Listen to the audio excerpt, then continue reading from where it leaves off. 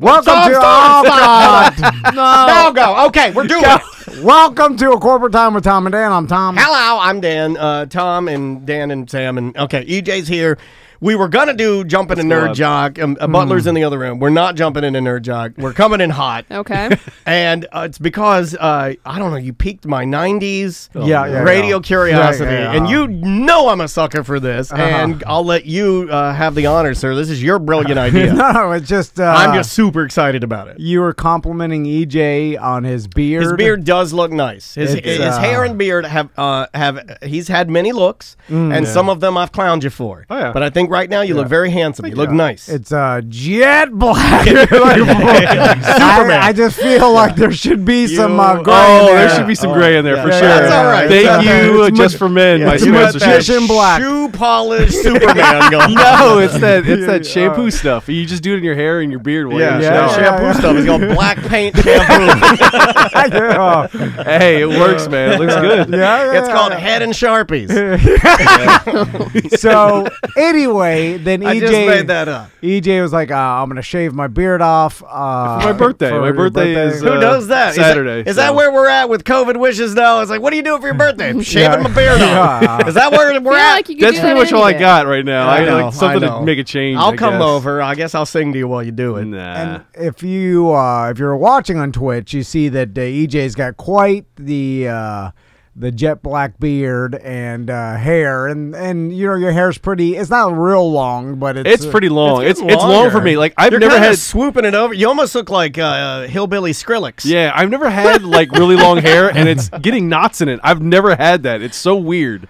And so then I thought to myself, I was like, you know what would look good on EJ? Yeah. Like a traditional Cuban haircut. The Caesar. The straight. Yeah. I want you to look like you own Like an George empanada Clooney? truck. So my buddy, Early 90s. the Wizard, was staying with me one time over when I lived on Goldenrod and Curry Ford. And I forgot about your mansion days. And then he said, I remember that he's like, I need a haircut at the time. He's like, I'm just going to go to whatever the barber is around here. In his purest, on the way on the spectrum, Asperger's, not caring about how he looks way. He said, I need a haircut. I'll just wander into anything. Yeah. I am not I think aware. You walk there or something. Yeah. Oh, yeah. Probably barefoot with just old basketball shorts. Get a little sweaty right before you go to the barber. That's a good idea. And then that's so gross, and I hate that. And then having to walk back with the hair on your neck. Yeah. True story. I've canceled getting a haircut because I was too sweaty. I worked out, and I called John the barber. I said, I can't do this. It's gross. I'm not doing it to you or me. Right. And then maybe I'm a baby, but I'm not doing that. He left with kind of like similar to what I had back in the day. It was just the old long white guy Grandma stooge. Joe. Yeah, no, it's Grandma Lee. Yeah. The muffalata. It's something like that. And then he walked to the door and I'm like, Paul Wall. He looked like Paul Wall. Yes. I think they shaved, like, he may have told me. They put lines in his eyebrows. They pushed the edge back so they edge it out. I mean, no, you don't push my edge back. That's why there's shirts and people yell that. You're like, that's a big deal. I'm like, it's so symmetrical. It's like it looks like you have Lego hair. It's a square. And you want me to do this to myself? No way. Skin fade. For my birthday. I'm turning 40. I don't want to remember it like that. And then I'm like, did they outline it with dark pencil? They get that powder. I forget what it's called. They get the powder. They know. And then they did it. Baby powder usually. They did his No, this is jet black edging powder. I forget what it's called. There's a name for it. Anyway, so that's what I wanted to have you do. We'll pay for it. Yeah, that makes it okay. And I'll give a plug to the... and then there'll be pictures of the... Okay, we'll pay for it. It's called House of Fades. It's still around. This was 15 years ago. 20 years ago. We'll send you to House of Fades. You get the full thing done. We'll give you a full... we will do a commercial House of Fades. Make sure you send them if this you want the segment, official too, so they name, can No, hear we this. will do a full commercial run for your wife's con. Okay. You know, because she does her I know, her event MyCon. here I got in yelled town, at for that. MyCon. Yeah. We'll do and look, I mean, it's the least we can do for her, and then you get probably the best comedy headshot you'll ever get. Having the full the Cuban whole senator. I want you looking like the new president of Venezuela. Javier jokes so bad. That's we call that public adjuster in Miami. The full Miami public adjuster. I want you to look like you are part of Fat Joe's entourage. You'd be like Pitbull and I want Mr. 407. But That's what I want you to be. You'd have to like shave your beard down. Well, they do all they do all that. The full beard. game. You're talking to surgeons, dude. That's an art form. Yeah, Yeah. your mustache is too thick. It's got to be Yeah, thin. Gable. Yeah. My buddy Andre said, Price. if you get it down for one line of hairs, Yeah. just one row. crazy. You just want one row of jet black on the top where it looks like you walked up to a freshly painted black wall and just a little pop kiss. Yeah. And then it's like square on your cheek. But I want the unnaturally square. You know, like, sometimes why is this so on square? the cheeks they do a rounded, faded edge into the beard. You know? Oh Yeah. yeah. Yeah, I want that. I want it to be a little, because some guys you see that get that specific type of beard fade, it almost looks a little femme. It is really, really intricate. Yeah. Yeah. I've Well, seen it. that's you're what like, I I want. can't It's even. metrosexual, yeah. It is a little metro, right? Yeah. You're like, how is it so perfect? It's how do you maintain that? It's like a You perfect can't. 90 degree It angle. only too. looks like That's that the from- thing. The yeah. maintaining part is Yeah. the Yeah, hard that'd be part. hard because to the do. next day your beard goes like, and then it's already ruined, Well, right? It's you like rub what- it all Go to off the on your barber every pillowcase. morning. You have 6 hours of like perfection. We usually do it before you Take go all out. your selfies in those 6 hours. So, like, if me and Andrea were going out to Sambas to do some Latin dancing, I would go and I would get, fresh, get that fresh cut. And I'd put on my best, and we'd go out, and I would look amazing for the night, and I'd twirl and swirl. it It looks like fun, man. Yeah. When I go to places, especially like Universal area, I think it was Bongos, and then what was the other Latin Quarter? Yeah. When you would go there over at Universal Studios, like I'm telling you, man, that if you walk in there and see those people, if you don't smile, they're having the time of their Oh, lives. yeah. Oh, yeah. I'm envious of that. You can White have it people too. are so boring. I Got a can't do house what of they, I fades. can't get out there and start swirling. I might go with you.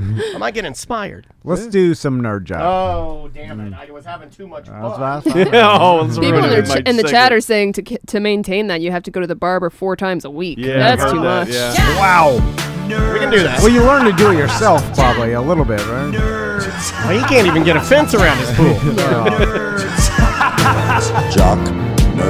Jock, nerd. It's Nerd Jock with EJ.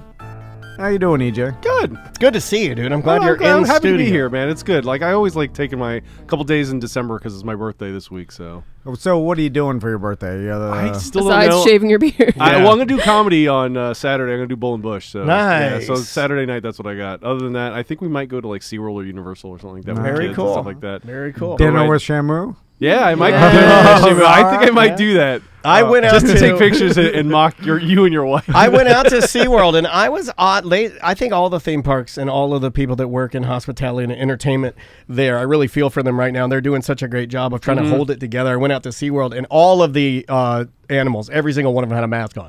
I was amazed at the level of professionality. Freaking out. Well, they were freaking out. Yeah, oh, thrash crazy. Come on, Shamu. Yeah. It was. Wear your mask. I've never. Play with Seymour. I'm so. By the way, because they just thrash constantly, you can't get very close.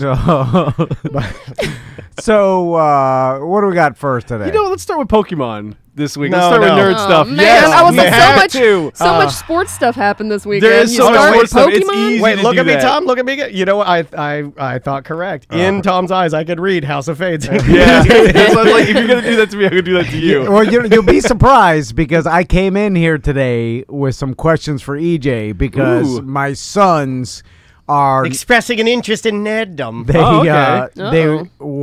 have been very excited about Pokemon. He's never been more disappointed in him. And it'll help them read, I'm telling you, because you have to learn to sound out the names, and it'll make it easier for them to learn how to read, because you're learning the phonetics of it. So I need to know some questions or some answers, because I don't really understand what's happening when I'm looking at. They're watching the cartoon. I'm like, so nothing could make me happier than EJ with a Venezuelan senator haircut and you playing Pokemon together in a park. I would empty my bank account for that right now without Andrea's approval. I would just go, here's every piece of money I have. I want to hear Tom start singing the Pokemon rap. Where it's like, it would definitely look like bribery was happening of some sort. Like bribery is happening there. Okay, sorry. So who is the boy? Ash. Okay. No, it's not Ash Williams. I can't Ash remember what his last name. Ash Williams is from Evil Dead. His name is Arthur Ashe. And he has AIDS. His pet yellow mouse is Pikachu, yes. right? And then, but the Pokemon means all of them. All animals, yeah. His name is Ash Ketchum. Ketchum, that's what it was. Okay. Oh, that's gotta catch them all. That's a good last name. I can't even remember that. So, he should put that on a van. You should be canceled from this bit if you didn't know that. I couldn't remember it for a second. You know what makes me sad is that we had to go this rudimentary. Yeah. Like who's the boy? What's the thing? Why do they got to be putting the ball? I know. I want to know the physics. I'm just giving honest feedback that it's a little. I feel like I'm that kid that got put in the class that's supposed to. Like, I'm not good at math, but you put me in with the real dum-dums, and I'm like, I know this stuff. Yeah. I was trying to put me a couple notches higher. I was explaining. You don't want to be in calculus, but you want to be in like algebra. Yeah. I was explaining to Samantha, I think last week, about how like every one of our personalities pulls in a different type of audience. Yeah. And I am in charge of the rednecks and swingers. Yeah, he did tell me that. We're like rednecks and swingers. Yeah, the rednecks and the swingers, they like me a lot. We should be our show should be called Unfortunate Voltron. Because Daniel's got the anxiety, the nerd, the tech guys. We're on Voltron. Yeah. We are Butler now got the choppers and the Brits. We haven't done this in a minute. Pabone, because that'd be an awesome robot. Yeah. Unfortunate Voltron. That's what I want. You need anxiety, a lion. You need the swinger redneck one. Well, Tom's the swinger one. It has to be the middle piece. We need paranoia for Sam. Samantha got paranoia. Butler's stumble bumble. He forgot the his Brits and the stony balonies. Well, Daniel would have to be the head because of anxiety. Yeah. So everybody's got Samantha for the legs to run away because yeah. all the bad stuff. So I need to explain to my audience who the Pokemon boy is.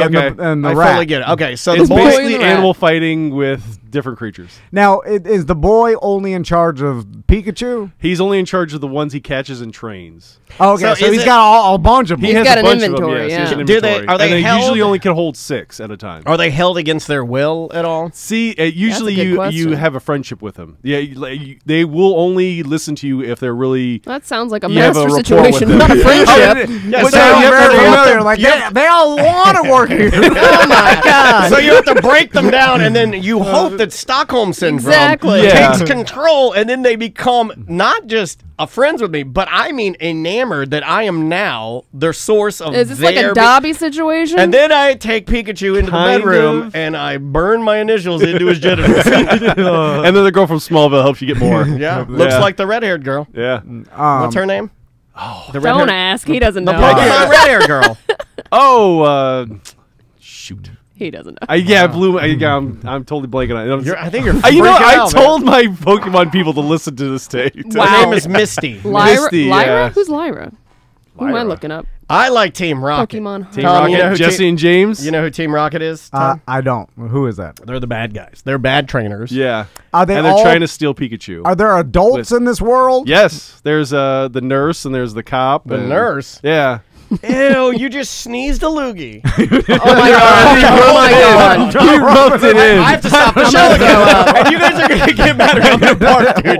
That's the grossest thing. I should not have come back. Did you see that? He sneezed a loogie, and then he's like, all right, well, It's smashed in. He's Look. like, pick a what? And as he's saying, pick a what, he's rubbing snot into his Put your arm. snot on Twitch. What am I supposed to do? Leave Get a napkin. I gotta rub it in. I got it on goddamn napkins. Butler, give me a napkin. He's keeping his distance too. God damn it's lower. It's near your elbow. That's it. I rubbed it in. It's disgusting. Now you have to wet the napkin because now it's dry. And now his sweatshirt has boogers rubbed into it. Okay. It's fine. So Butler is your Pokemon to this point right now. All right. He's your Pikachu. So what did you want to talk about Pokemon? Oh, well, because they raised the cap actually yesterday. Ash has Pikachu. You have what's he do? Chopperatus. That's pretty good. So they raised what?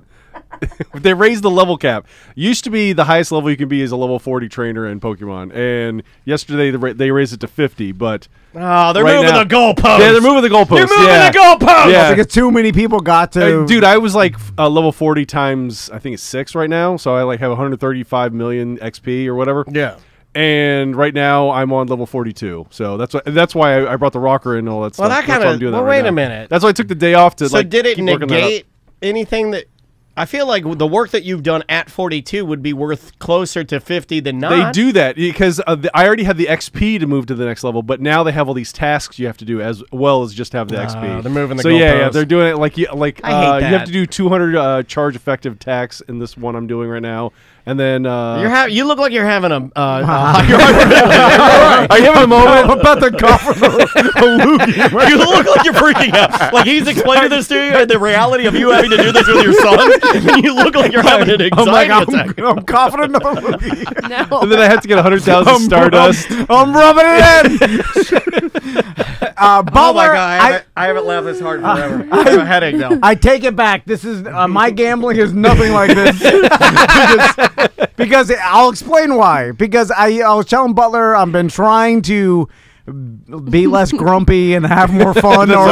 You were just now having an actual physical reaction. I'm being serious, man. This is my favorite thing to do, though. You were mad, and you were kind of like bobble shaking. You were like... because his brain couldn't handle it. You were like Terry Schiavoing. Oh, no. Because I'm... Okay. I understand everybody has a thing. Like. They all like there's and don't yuck on someone's yum. I was telling Butler, I was like, this gambling thing that I'm doing, it's the same as the Pokemon. It's the same as all the you putting together. It's just a hobby. Just a hobby. I heard this yesterday. I waste my time. I heard this yesterday. You said there's no different than your Proton. Yeah. I heard this speech. You were giving a real go get 'em. I'm taking it all back. I'm like it's like the quarters at the bottom of the Goonies well. All right, now. He put it in nerd speak. Yeah, he did. Yeah, That's fair. I give him credit. That's fair. So, and the reason being is because I will put gambling into a category where it actually takes skill and you get better as the more you learn and the more you practice, and then you can actually see yourself progressing better if you stay diligent and disciplined. And but you can do the same with Pokemon. I can do the same thing Counterpoint. with Pokemon. Yeah. All you're doing I've gotten better at excellent throws and doing battling in gyms and stuff like that because I have better Pokemon as I progress. But is it true that you somehow get better just by having your phone sit in a rocker and by our fish tank and it just rocks? Yeah, because I'm working my best buddy right now. That you listen to sports betting podcasts and sometimes you just go with what you're they using say? extra help. But that is, of course I get all the information I can, but then I have to use my brain to take and decide which what the best buddies I have to use. Like right now, I'm walking. I know. Here's what I would say. I can't get better if I got better at gambling by just rocking my phone. I mean, like if I just do this all day long, I'll get 2% better at gambling. Now, that's no skill involved. Let me ask involved. you a question because you said last week you said I lost all my bets, and then this week you said I won all my bets. Yeah. So I'm not getting better. Oh, okay. I thought that's what you were arguing. Well, that's my goal. Because I was going to say, like, he's at 42. I'm always getting better. So he is actually climbing a set ladder. Yeah. And you have failed. Next point. You are doing a boys game or a girls game or whatever, a child's game. I know what you meant. Pokemon is not for girls. I don't know. So you're gambling on what are they called? What are they called? Games. So you're doing the same thing as me, but you're gambling. Are millionaires playing a sport? They're playing a game. There's a boy named Ash, and he's got apparently a bunch of animal slaves, and he's whipping them, and it's nonsense. And there's a Charizard. Charizard. Yes. And Wait, a bunch of other tell us more. nonsense. Yes, please give me the story. And you somehow get better by your phone is rocking next to our fish tank, and It scares the hell out of me too. It looks like a robot. And whatever you're doing with the buttons on the app or whatever the hell it is, well, I'm also hitting a little Pokeball No, as we sit here. Okay, you're pushing a button. I'm taking it back. You know, have you guys ever heard that we're more alike than we are different? Yeah, You I'm know, taking Butler's stupid proton pack back too. Oh, This is man. nothing like what I do. Well, wait a This minute. is all He just baby. helped you wipe ass. your Okay, spit off your arm. nobody likes making fun of Butler more than me, but that's not fair because took skill. he did nothing, and now you're just like being mean to him. Now you're just he being deserves mean. it. Okay, fine. Yeah, you're slashing out. That's not okay. Let me help you like it. Okay, EJ uses that rocker to play Pokemon. What's he technically doing? And this is from Juan in our Twitch chat room. He's cheating. You like cheating? You can cheat in gambling. You like That's the edge? true. He's got an edge. I can't cheat in gambling. Yeah, you can't. You're getting the edge. You You're can get inside being aware of information. stuff. You can be aware of something that somebody else doesn't know. You can know the injury report before somebody else does. I mean, Or taking a football player out on a night on the town before a big game. well, I mean, there's like actual Yeah, point shading, okay. but there's no. This is what I'm doing is for Oh, gold. Vito. What you're Very doing for close to kids. a dog I got him. Yes. No, you didn't get me. There's nothing. You It's vetoed completely right there. different. What you're doing, I don't believe takes any or considerable here amount of comes. skill. Okay. Okay, Right? all right. It Or, doesn't take a I don't considerable- understand. I just don't think you're smart enough to figure out that it does take skill. Well, okay. That's what I'm what figuring kind out. of skill does it take? You have to be coordinated with your hands. Like you have to. There's excellent throws you have to throw, and that takes skill. And I've gotten better at it. I could throw an excellent throw almost every time. Yeah, if it is a video game, you can Yeah. get better at it. So, So- I can't. I got to give him that. Yeah, What it's is just that? right now. How much 'cause I'm skill doing does this. that take? Like, Well, it's can my fucking- sons do it's- it? Yeah, maybe. Can a 5-year-old do it? Yeah. If But a a 5-year-old five-year-old they can practice gamble a if they lot. were allowed no, to. they cannot. Is it as easy yeah, Only because of fine. stupid laws. Is it as easy as shake and bake chicken? No. All right, I'm sorry. I will go back. I'm holding my loogies. Hold your That's loogies. fine. I know how angry you are, and I know there's going to be a lot of kicking the imaginary dog later. You are mad today. Oh, I should have brought a puppy for him. What's next? Oh, you know what? Let's. What do we should talk about? Oh, we've been talking about Universal Japan's Mario Land. They set an opening date. Dude, it looks Amazing. amazing. If you Why haven't seen wouldn't it? pictures, Right?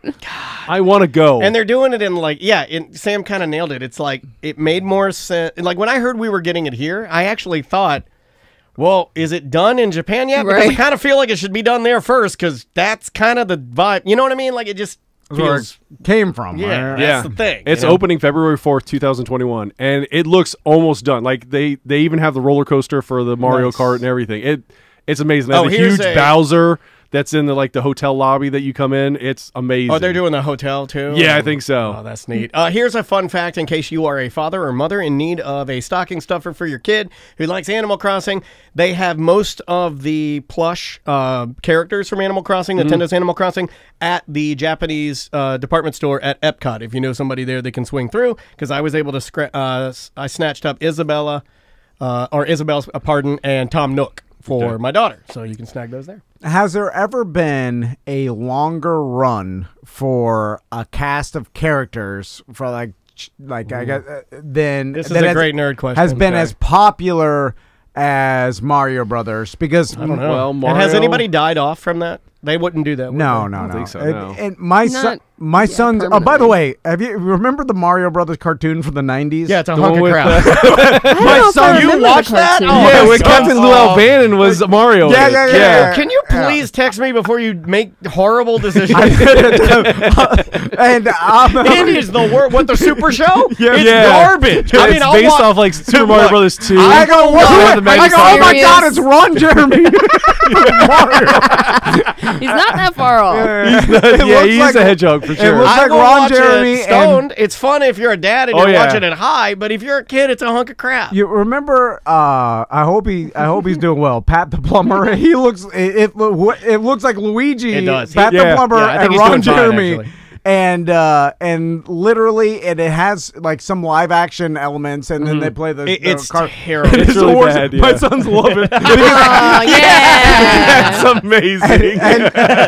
because they like Mario Brothers. Right. You know, so Yeah. they found this and they watch it. They love it, and it is. But Hey, it's You so gotta bad. show him the crappy 90s movie. Yeah, the one with John Leguizamo God. and They'll like it. Bob Yeah. Hoskins. Yeah, So- it's got but elements that Dennis are fun. Hopper. Especially for that young. I don't like crapping all over it, even though it is a hunk of garbage. It's fun to put it on. Yeah. And by the way, I got your answer if you want it from the Twitch chat room coming in strong What today is with there? some info. Apparently, Roly Poly Panda says that Pac-Man beats out Mario by a little less than 1 year. No, I don't know what. Yeah, the longest running, yes, but I'm saying popularity wise, Yeah, maintaining. maintaining. Oh, Oh, years. you mean that no. because look I at think your answer is no. when I was. Yeah. I mean, when did Mario Brothers come out for Nintendo first? Well, I it rem- started with Donkey Kong, 80 really, didn't it? I remember 86, getting 87. a Mario game from Dave, my buddy Dave. His mom lived in Japan for a couple of years, and she brought those little. They're selling them now. The little LCD handheld Japanese Mario games.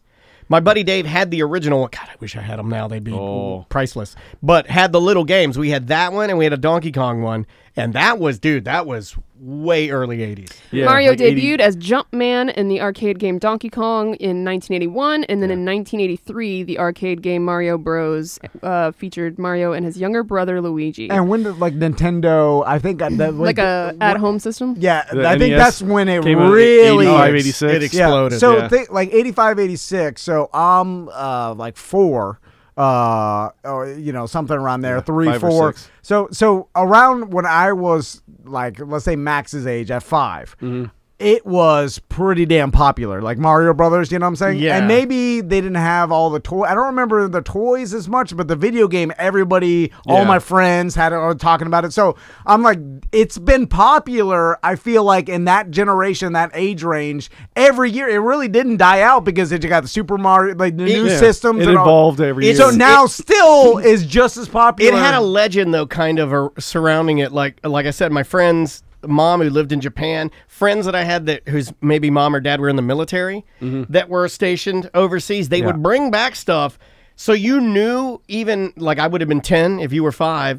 I knew it was popular. It was popular to me. I loved it, but I knew it was more popular overseas. Like I knew I could feel it. You know, like you knew. You knew it was coming this Yeah, way. and I always eventually. thought. I remember thinking, I was like, man, if I got a hold of a real Mario cartridge from Japan, would I be able to understand it? Would I be able to play? Like, Right. you start to swirl out of control. That's the when it was text you're kind not of going to get fun. for sure. Yeah. But it's like what's crazy that my sons and me had the same love for the same characters Yes. at the same age. Yes. And I don't think that exists with many other things. Like even a Mickey Mouse, it changed throughout Barbie the years. is one of the only ones that I can think of that would hit Barbie the mark. maybe Barbie. isn't it yeah. like another one that. Well, Andrea had Barbies at Yeah, 5, and May has Barbies at 5. And although it's kind of diluted it out It is. to other. It's different. like American Dolls. it's an probably- example, but I don't think it's. I don't think it ticks But it's all the boxes. it's pretty close. Yeah. It's just amazing that they were able to have that big. There's got to be other ones though that are still.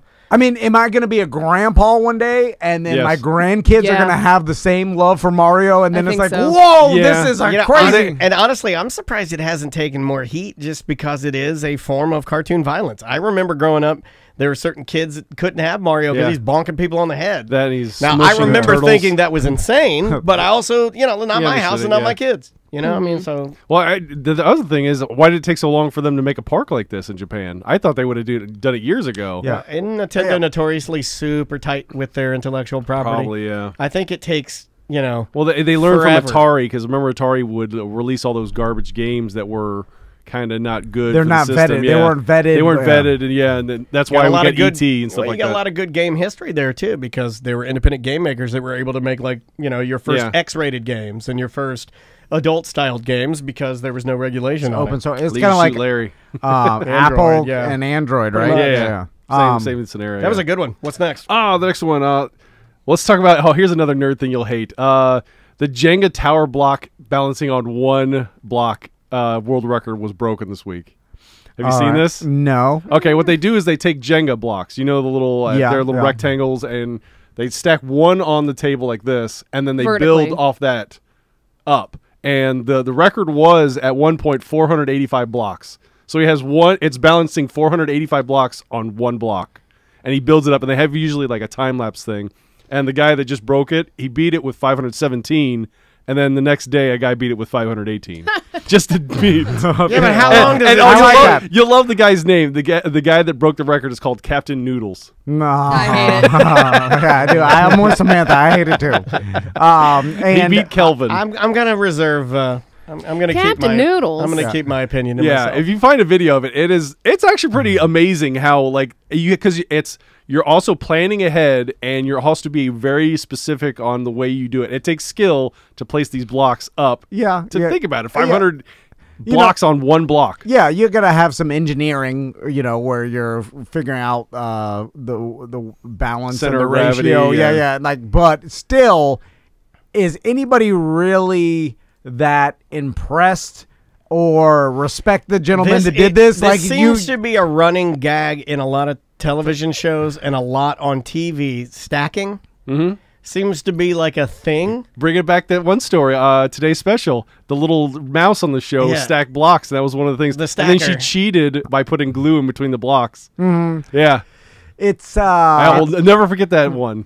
I know for some reason that's still stuck in my head. It seems like the lowest common denominator of talent, where you're like, I could stack things good. It's like, all right. No, I think gambling is a lower common denominator. All I'm saying, all you're doing is guessing on what's going to happen between two football teams. Yeah, but you're using information and you're using discipline and the. So you're telling me these people are not figuring out geometry and. I think that they've figured out over a lot of wasted time how to stack blocks well. Like there it is. It's. Is this going to be easily broken a week from now? Like it feels like if some guy well, usually they run out of blocks. That's usually the scenario, and they have to go out and buy new ones, and they have to leave their stack and then leave. Okay, like I've seen that happen a couple if you're times stacking, on the video. And how long does it take to do one of these stacks? Hours, right? I think so. Hours. So if I'm trying to beat 518 and I'm stacking and I get to like 143 and then it all collapses, I quit for the day, right? I don't start it again. Also, to be even eligible for an actual record, don't you have someone that has to witness it? Or, they usually video it, so yeah, it's usually like a webcam like videos this. Videos can be altered, yeah.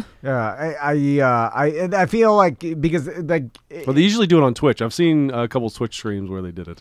All right. I mean, it's. I can't hold my tongue anymore. I hate that one. I was holding out. Oh man. Well, we already know you hate regular Jenga. You've talked about this before. I love Jenga though. I like regular Jenga. I don't like you don't like the novelty big size bar. I thought it was the opposite. I like the big block one. I don't like big block Jenga. It's hurt far too many infants. And I just can understand that. Can't let that slide. Yeah, because we used to play it at the other bar before. It's a horribly reckless game that hurts a lot of people. What do we got next, DJ? Oh, well, we can't do that one because I wanted to. Have you guys? Oh, let's talk about have you guys seen the newest episode of The Mandalorian? I'm not going to do any spoilers. Man, I'll tell you right now. I'm waiting to binge it at the end. I'm going to straight up tell you right now, I am caught up. I caught up for today's show. Okay. And that is still one of my favorite programs. It is such a fun watch. It is amazing. And the detail they go into it as well. Sometimes it's drama. Sometimes it's just cool Western music. The ships are all cool. I love it. Yeah. I see a lot of adding good all the stuff. new characters, yeah. Well, they just added, can we talk about the name?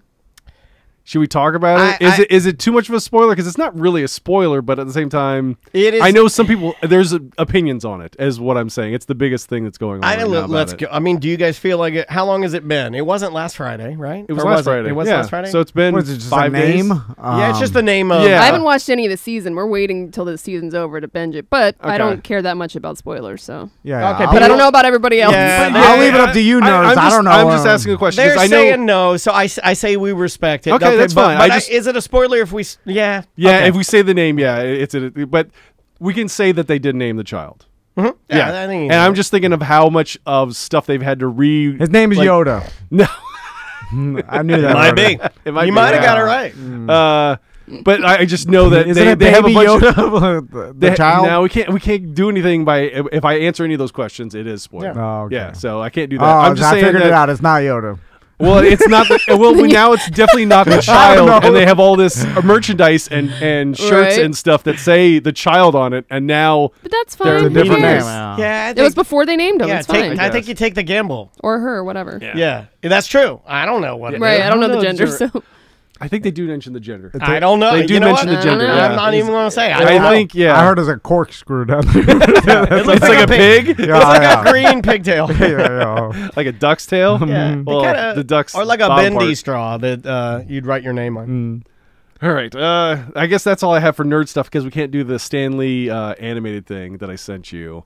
Because it needs to be edited. We'll say that for Friday. Yeah, I'll come in on Friday and we'll do that one. Okay. Because it's Stanley and his editor animates what he had a session with him, like they were talking about, and it's the F word a lot. So, so we definitely can't do it. So it'll be perfect for the Friday show. It's fantastic. So tune in on Friday. You can hear that. Should we move over to sports or should we take a break? No, let's do sport. We're going to run through. We'll split them. We'll go pretty fast. I think most people know that football is being ravaged by COVID. Oh, my God. Well, let's talk about the Broncos, how they had no quarterback. Yeah. And they almost put in their coach because he's a former quarterback, and they petitioned the NFL to do it. Now they petitioned to do it, and the NFL's like, no, because then you can like hide players on your coaching staff, and then you're like, it doesn't hurt against your 54. And I thought that was ridiculous. I think they should have known. They know who it is. They know it's an emergency thing, and I think if you want to look like you're a cooler league, give them. I think you got to do it. Yeah, and because what happened was truly like a couple weird things. Like this would be the only literal scenario I could think of. Yeah, that would be possible. That you would come game time and you have none of your quarterbacks at all, like all first, second, third string, and then you literally have to figure out what to do a day before, and then what you're going to do in quarterback. And it was an interesting thing to see because it's so bizarre, and obviously, like if this was a movie, it would be like, well, maybe the coach could come in and or maybe the wide receiver that played quarterback in college. Or that's what high they ended up doing. They took a guy from the practice squad, and you're like, maybe he'd give him a chance. He threw a touchdown more recently than Taysom Hill. So which is crazy. It's like, he played for BYU like 3 years ago, and this guy played for I think it was like Kentucky or Kentucky State or something like that. And it does not work. It's horrible. It was the first time they hadn't thrown a completion in the first half in like years. Yeah, because like Denver looked really bad. And I think they were starting quarterback in the NFL is no joke. How hard it is, and you can't just go a day and be like, all right, I'm gonna do this. We're gonna throw this guy in. Yeah. What's your opinion? I was listening on my way in this morning. I was listening a little bit to Dan Patrick, and he sounded absolutely disgusted in his opinion. It sounded like he's starting to take a turn of, I don't believe the NFL knows what they're doing. I don't believe that they have a plan, and I believe they're just making it up as they go along, and they're not really taking this as seriously as they should. Now, normally I wouldn't bring up something because I like to be funny, but when I heard him, I like Dan Patrick. I think he's entertaining. I was like, oh, man, he sounds pretty pissed off. Well, I think they do know what they're doing. The problem is I think they were punishing the Denver Broncos because their quarterbacks were violating the protocols that they set forward, and that was the issue. Like, so set a precedent you guys are screwing around, and you're going to hurt our product, so we're going to punish you and make you embarrassed in this game. So you can sit on your players more and make them understand this. This is a serious thing. You're going to be missing all three of your quarterbacks, and we're not going to move back the game to Tuesday because you guys violated the rules. So this is your punishment. We're going to embarrass you on national TV, probably. I've heard that theory before, although you can't really pin down where someone caught COVID from. You see a picture and you're like, oh, that's where they got COVID from their charity event. Who knows? It could have been from a kid or who knows? You don't know where you got it. Yeah. But it's become synonymous with, if you got COVID, it means you're irresponsible. So therefore but that's not necessarily the case at all times. So then it becomes a weird thing where you're like, all right, you're setting examples with some teams, then you're letting other teams, like with the Ravens, there's Ravens Tuesday Steelers, tonight. The Ravens are going to play the Steelers tonight. No, not even tonight. It's are they tomorrow. canceled it? It's Wednesday. So the game got moved to Wednesday, and they get moving it back, and so he was. That was the next part I was going to say. He said they moved it to Wednesday, which is why he went into this huge rant about how he just kind of thinks that they don't know what they're doing. And I was playing Pokemon this morning, and then so it seems like some teams are giving them more opportunity to give them more time, and then some teams like the Broncos, like, oh no, quarterbacks start playing with your coach or some wide receiver squad guy. And then then when I see it, I'm like, this is the opportunities that I was looking for in gambling. Yeah. Because but I got scared because you see it, and I'm like, it seems so obvious. I'm gonna I think bet the house on the Saints against the Broncos in that game for sure. Pikachu's got COVID. You're in, Charizard. Yeah, I should have bet every dollar even though I had in my type bank effective account. against the other thing. Because of course Squirtle. Yeah, but then I was like, Squirtle's a super spreader. And so now they made a week 18 so that if they needed to move games to the end of the season, year, but they haven't utilized that yet. And it seems like they're probably going to because now they're moving. There's 2 games next Monday. There's no games on Thursday. And it seems like as more and more of this happens, obviously after Thanksgiving, and it's like COVID crazy right now. So it's going to be pretty interesting to see how if they make it at the end. But do they finish the season? Yeah, because it's starting to look scary about some of it. Does anybody actually believe that the NFL cares about humans? No. Of course they don't. I care about money this weekend too. I'm like, if you think there's any morality in the NFL, you are sadly mistaken. Remember how they buried the concussions things for years, and then okay, domestic abuse charges. Thank you. Kneeling and then getting blackballed, and now you got Black Lives Matter spray painted on the end zone. Like, you're an idiot if you don't know what's going on here. They don't care about people. You know how mad all like the coaching staff and stuff, and the NFL in general, that they even have to do all this. Like, and even some of the players are like, I have CTE. I don't give a damn about COVID. I will have Alzheimer's soon. And it's like they're all mad, and then they're all having to abide by these protocols, and then as more and more people get it, it becomes more and more of a cluster F. And then people get it, and you're like, oh, who are you near? Oh God, you were near this. Keeping this, and they're like, postpone. It's gonna be a mess in the next 3 weeks. I can't wait to watch it. Because I like seeing how gigantic billion-dollar corporations deal with messes. How do you handle it? And guess what? They're gonna deal with it horribly. I'm gonna clean it up. If I know corporations, you are gonna make the wrong decision about what you do, for sure, because money is involved, and that's your number one goal as a corporation is money. So if your number one goal is money, and then you got these like public health concerns, guess what? Money's gonna override that, and we're gonna see a cluster F. But anyway, okay. Speaking of disasters, let's talk about this one. Let's talk about the Orlando City losing this week. I thought they looked pretty bad. I thought they looked pretty bad. The officiating was not great. Who was that? The officiating was not great either. Was it bad again? Yeah, but this time it was almost the opposite, where it was too harsh. It never is. I feel like, and I've never agreed with in any type of sporting event that is a playoff or a championship deal. I've never agreed with the officiating being like affecting it, like you're cranking down on it, or you're making yourself like, I don't know why you have to interject your ego or who you are. If anything, I think you should pull back a little bit. Let it and give it some air, like an overplaying drummer, like pull back. Like in the regular season, set your precedents, control your game, don't lose control of your game, and you can lose the control of a match real easy. But I'm with Sam. I thought that it was like, I'm like, okay, that doesn't seem very playoffs to me. Even the commentators were like, well, I don't really see that as a yellow. No. If it's cut and dry, okay, do your job. Yeah. But if it's egregious and you hurt somebody, get him out of the game. But if it's subjective, you gotta lean towards let them play, because you don't want to have an effect on the outcome of a game. And when the refs have effects on outcome, we've seen it's horrible. Like we're like, this doesn't seem fair, and it stinks. Like it happened to the Saints a couple of years. A couple times. So it's it always stinks when refs interject too too much of their own subjectivity into a match. I've always hated that. It's stupid. I like your idea. I think it's just cameras in a booth, and you just go up there and like it is what it is, and it's cut and dry. Well, we're bagging on the NFL, but the NFL has gotten better at letting their I guess New York or their head officials make some calls. They'll step back and they'll be wait, let's look at it, and they'll be like, all right, we're confirmed. Yeah, they don't let the ego get in the way, because usually that's the case. We made the call in the field; it's sticking with us, and then they go to New York and like, no, you were wrong. Let's switch it up. And they've thrown the flag and taken it back up a lot this year. I'm like, good job, NFL. Like, you're learning. But anyway, we ran out of time. Damn it! I had a whole bunch of my.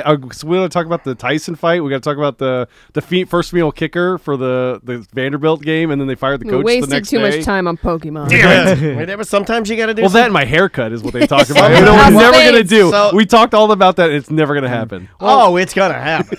Well, what if we bring House of Fades here? Do it in the studio? No, I'm not in the studio. Sit out in the front, and have the pressure washer guy come by and wash my hair after. Just put him out front, and then I'll tell him to blow off the driveway when they're done cutting all the Sharpie hairs. Well, maybe we'll talk about the rest of the sports a little later. If you want to stick around for Weird Job. I got nothing else to do except for catch Pokemon. Yeah, I knew that. I just said it as a polite. Thank you. I appreciate that for going through the minutia. We'll take a quick break. Auf Wiedersehen! Welcome to A Corporate Time with Tom and Dan. I'm Tom. I am Dan. Samantha, our producer's here. Hello, Sam. Hello. Butler is in the other room. Just deuced it up, and it stinks. It smells like stagnant swamp water. Yeah, it's bad. He said when you went to the bathroom, he's like, I feel bad. Sam was going there after me. I swamp watered it good. Oh, man. I had coffee and a granola bar, and it's bad. It smells like Swamp Thing's fanny pack in here. And then EJ's hanging out with us. Welcome back. We're always glad to have you. Tom, you know what day it is. You know what bit we do on said day. New song? I'm going to give you we have a new song. We have one that is a funny one, but I'm not going to do the funny one. I'm going to do one that we normally wouldn't do. I'm going to put you in a good mood. Okay. And I'm going to give you something that is probably the cutest thing I've ever heard. We had a little girl, 10-year-old, write to us and say that she loves listening to Weird Job Wednesday with her dad. And she wrote us a Weird Job Wednesday theme song to her favorite Ariana Grande song. All right. And I got a daughter. I think it's so sweet. I got twinkles in my eyes when I heard it. Here we go. I'll try to find the email so I give her proper credit. So here we go. This is a Weird Job Wednesday. This is from a child. A child. Tom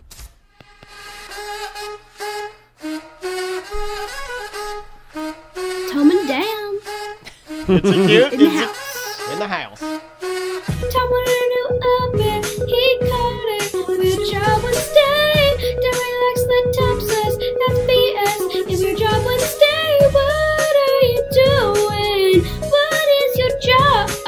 Do you make lots of money? And you sit up in your tower, looking down at people who are working by the hour. You need, are you tidy, or are you a bad slob? Weird Job Wednesday.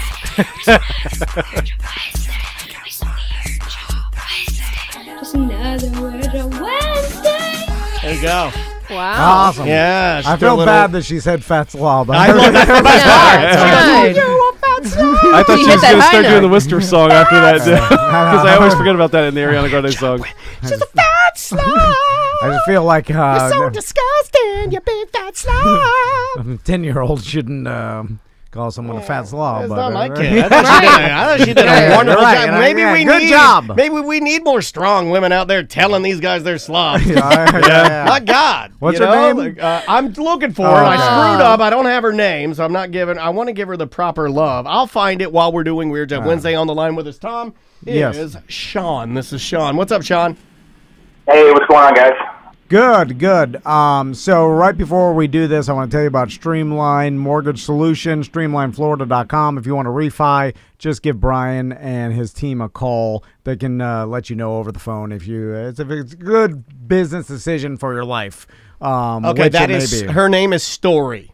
All right, good job, cool. Story. Yeah, shout out to Story A. Her last name starts with an A. Story, thank you and your father so much for listening. Thank you for your song. Great. It made my day. All right. So, Sean, what is your job? Well, first I want to say, I really think it's a good idea to start off with this gambling segment with a child song as an introduction, but I play poker. She knows what she's getting into. She's a big fan. Yeah. If the kid's gonna gamble, I'm borderline gonna teach my sons. Yeah, we're gambling. Are for we kids. still doing our new version of Lil Bum Fights, where it's it's homeless children? Yeah. Oh yeah. Really disrespectful. We have to film it. It's like the Florida Project, but less depressing. Yeah, we gotta get out to international water. I got a sun cruise. You know how hard it is to steal a sun cruise casino boat? So, Sean, you are a professional poker player? It's kind of cringy. It's a little cringy for me to say that out loud, but for the last year, that's all I've been doing to make money, so I'm going to count it. I think that's really cool, man, but I do understand, because we're podcasters and we have to say that, so we completely understand what you mean. Yeah. So I, as everybody knows, is pretty interested in gambling and all types of gambling. I've actually, some would say obsessed. I've listened to books about different professional poker players, and I like their lifestyle. Because usually these professional poker players, at least the big time guys. Where's your bracelet? You like the lifestyle? They gamble a lot and prop bet a lot, and they kind of live their life like that. So, Sean, how did you get into playing poker professionally? Well, early in 2003, when the moneymaker boom sort of happened, I was actually turning 21 at the time, so it was kind of a perfect storm. I was working at Ruby Tuesday at the Fashion Square Mall, and our boss, nobody ever came in there because it's Ruby Tuesday, obviously. Hold on. Salad bar is fantastic. I gotta stop you. I love the Fashion Square Mall Ruby Tuesdays. When they changed it to that new place, God, what was it called? It was like kind of the Red Tavern or pub or something. I was like, this place. Red Star Tavern. Yeah, Red Star Tavern. I'm like, this place sucks. Give me back my gummy bear margaritas. Yeah, so obviously, I tried to convince my manager. We were all watching TV and watching the things, so I eventually convinced my manager to let us play, which was definitely for sure some kind of violation. But we played, and I won, and we didn't have any more games after that. So I just started going to Tampa to play, and I would just drive back and forth and play Hard Rock. So that's pretty much how I got my start. So, Sean, started at a Ruby Tuesday. Yeah, man. Now he's here. A lot of people equate cards with other gambling games, and like roulette or blackjack, or if they really don't understand slots and stuff, and they all put it under the same umbrella of gambling, right? But there's a huge difference between slots and even any of the table games, and then poker, because in poker you can actually win long term, and it takes some skill. And I know for blackjack, even if you got to count cards to actually win long term, but if you play blackjack just by the basic rules, you have about a 50-50 chance, and that's the best odds in the casino. Yeah. If you're playing slots, you're just giving your money away. There's no winning on those. Like every once in a while, someone will win, but long term, you're going to lose, and most of the table games as well. So with poker, Sean, you of course you have to get good, and your instincts have to get good, and that just comes with repetition. So how long did you play before you started becoming good and seeing hey, I'm winning more than I'm losing here? That's a hard question, because it seems like every step along the way you think, all right, I got it now. Now I got it. I've won this tournament, or I've won this, whatever. And then you level up and you reach the next level, and you see, I don't really know that much. And so it wasn't until, was that 2000 or 2003?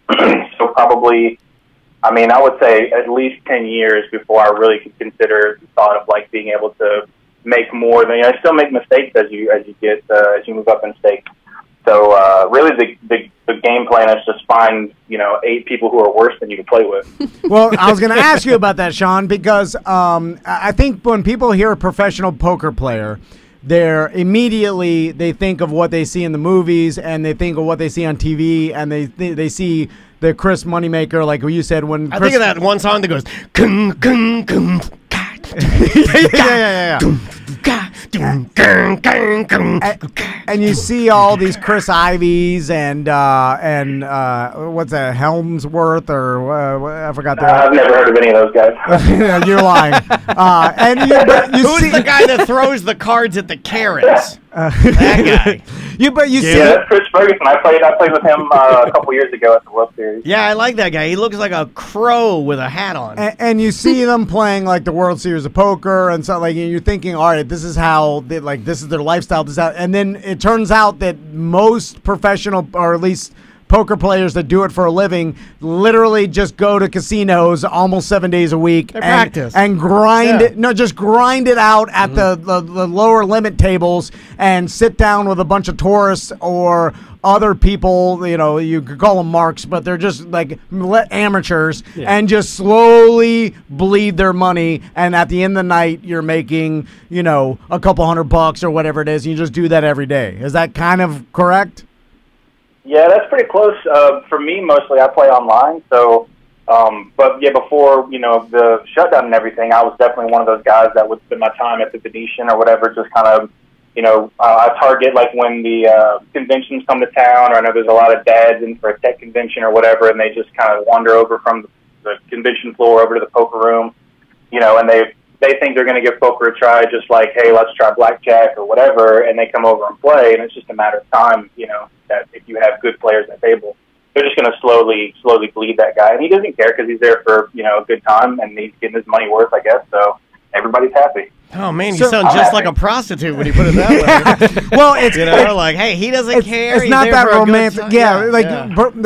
On paper, professional poker player sounds like, oh, it's super romantic, like, oh, like it's super cool. But really, it's just long hours at the card table playing with a bunch of drunk dads and businessmen and slowly taking their money. And then at the end, Sean, like, let's say you had a halfway, or like not the best night, not the worst night, but a decent night. What do you expect to walk away from the table? How much money can you make? I feel like a good night, I'd like, because if I could play like small stakes, like 1-2 or 1-3, and a good night you could make like $500 to $800.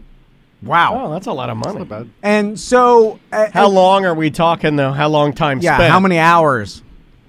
It could be as short as 1 or 2 hours. Or you could be putting in like a 12-hour day. You know, it really isn't. You don't know until the game starts going, and you just have to have the endurance to be able to play for that many hours. Now, Sean, I'm curious because I've read about this and I've heard other professional poker players talk about this. When you sit down, like, so let's say you know a convention's coming to town, there's going to be a bunch of drunk dads and dilly-dillies that want to just sit down and play. And so you sit down at the table. Can you see who's who, and can you recognize? Like, can you recognize other? Because you don't want to sit down where there's a bunch of other professionals there too, because now you've taken your edge away. You gotta look for like sunglasses, gray hoodie. Yeah, you gotta look for a guy that looks like Crow in a hat, carrying cards to throw at carrot. And the second part of this question: golden bracelets. How do you dress? Because you don't want to show up in a hoodie and glasses because you don't want to scare those guys away. You want them to think you're just you're like one of them. So just like a radio show host. So how does that work? Jersey. Yeah. Yeah, you got to show up dressed like a dilly dilly. You know what I mean? You got the Hawaiian shirt, or even print out some kind of laminated thing that makes it look like you were at a convention recently. It really, what it comes down to is you sit there for probably the first half hour of play, and then you figure out who's good. You can watch people play, the mistakes they make. And usually what happens is what happens for me is I'll see someone make an awful mistake, a terrible mistake, and it's almost like an embarrassing mistake. And then you look around at the other table, at the other players at the table, and usually the good players are looking for other good players to give you that face like, can you believe he did that? And that's usually how you find out who the good players are. So normally I just do that with the way that people's babies look. Like, I'll look at Tom and I'll be like, hey, that's an ugly baby. So oh my God. Your tell is the reaction of the other players knowing how bad this person's play is. Yeah, I mean, it all comes into a certain picture, how they dress, how they speak, how they handle their chips, how quickly they move. I'm always watching for, people's heartbeat in their ears or their neck, or how they, everything kind of develops into one picture. And so I studied for a long time body language. And so that just, once you understand body language and what people's motions and movements mean, then even in everyday life, it's really easy to figure out what people are thinking by how they move. You're going to have to do a lot of research if you think the heart's in their neck or their ears. Well, this guy. And Sean, isn't one of the biggest tells is their betting patterns, right? Like amateurs. That's the part that you tell me I'm really bad at. I don't know how to bet poker. Yeah. I mean, well, that's a big part of it. No, I'm serious. Like, I don't know. Like, if I'm holding a good hand, I know what a decent hand is. Right. I know what my cards are. Same. But I don't know how to properly bet so other people will bet with me without blowing the whole thing up. I had no business being at the Jim Phillips poker tournaments the couple times that I went. We knew that, but I lasted pretty long. We knew that, but we were on our way out and didn't care. I know, you guys didn't want to do it. So they're betting, people's betting patterns, like amateurs don't know how to bet, and that's a big tell as well. Like not betting in the right position and things like that, right? Yeah, the game is the game, but really the game is the bet. It's how you get the money in the pot. It's how you protect your own money. The one thing that people can wear glasses and hoodies, they can act the exact opposite of the hand that they have, but the one thing they can't hide is their betting patterns. They're betting, you see how much they bet. It's information and it's infallible. That's they just can't hide it. So when someone constantly makes those mathematical mistakes over and over and over again, it's like flipping a coin with a weighted side. Like over time, I'm just gonna win slowly but surely. Yeah. No matter what, you're it's coming math for at that point. Yeah. You could have. I mean, you could suck out and on the river and just by pure luck, but you can only do that statistically so many times. And Sean's gonna slowly bleed your money no matter what. And I've been trying to work on that with our our deal, our BDM poker. Yeah. That's how I won the first tournament. I've been trying to work on my betting though. I've been popping in there like over time and playing a little more than I should maybe. Yeah. Now, and I got some questions about online, but going back to fun. Regular like play at the table. So Samantha brought up a charity poker tournament we've played before, and I've played so many of these. When you play a charity poker tournament, it's almost a disadvantage to know what you're doing because there's so many amateurs at the table you're right. that it's almost impossible to even gauge what cards they have because their betting is all, and it's like walking into a room where you've handed every monkey a Rambo knife. So, Sean, I've often wondered this. You don't want to sit at a table where everybody knows nothing of what they're doing. Like, you at least want them to understand the basic rules, right? Because if everybody's too much of an amateur, then you can't even garner an edge from that because it's too willy-nilly. Yeah.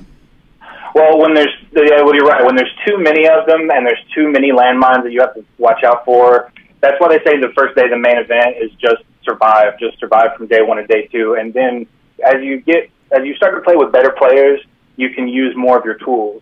If I know that something, we're on the flop and I can make a certain bet and this guy's not going to understand what that bet means, then I can't trick him that way. You just basically, when you're playing with dummies, you just have to dummy up and play ABC poker. And just wait for them to make a big mistake. But if there's too many of them, sometimes it's impossible to overcome. So, you talked about playing different tournaments. Have you ever won a big major tournament? Nothing like bracelets or anything like that. Like most of my tournament wins have come online on WSOP. So let's talk about online because I've heard a lot of like traditional poker players, and I say read it, but I listen to books, and they talk about the new generation of online poker players is like there's a bunch of young Korean kids that are playing 20 hands at the same time, and they're like, because when you're playing online, you like can play the Kobayashi of poker. Yeah, or 20 hands. You get video game guys and like people that are just really mathematically good at doing a bunch of math at the same time, and so they're just grind. That's kind of interesting. That's cool. The kids that die while playing video games, like they'll do that with playing poker and stuff too. So God, it's tragic. Cool. You got this old school generation that are still grinding it out, like the Doyle Brunson era of guys and then now you got this new online poker generation of young kids playing 20 hands at a time and just like doing all Korean math. PewDiePie. And their whole strategy is like 20 hands at a time, 12 hours a day, I'll grind out X amount of dollars. So when you're playing online, how then do you gauge who you're playing with or whatever? And like, you're not playing with just teams of Korean kids, just 20 hours at a time. Well, the Kobayashi of poker is named Nanonoko, and he plays 100 games at a time sometimes. It's one of those things where you have your software that will allow you to track players. You can make notes on people that you see all the time and things like that. Some websites allow you to have overlays that will give you like statistical graphs, will show you how frequently this guy bet here or checked here or whatever. Most of those are illegal, so essentially when you're playing online for regulated poker, you just have to take notes and remember who you're playing against. But basically, it feels like to me that most people are really bad, so you don't really have to get into the super like I need to study this guy and focus. Nah, most of them are bad. Just basically take the line that everyone's bad, play good poker, and it doesn't really matter who you're playing against. But I do have some notes against people that I know certain traps they'll fall for, or mistakes they'll make, or things that they're prone to do, and I'll just try to use that against them. Is there a time of day that's the best time to play online poker where it's like, all right, the Midwestern coal miners get off at 6 and they like to play poker at 8? Or, you know what I'm saying? Like, because you don't want to play poker at peak, the Kobayashi time. No, it's Norco or whoever this guy is. Yeah. So don't play when that guy's awake. Play when that guy's asleep, and then... That's what I do in video games. You wait till the boss falls asleep, then you sneak into the castle. You want to play when all the dilly dads get off work, or, like... You want a 5:15 Arizona. Start drinking. Like, is there any logic to that?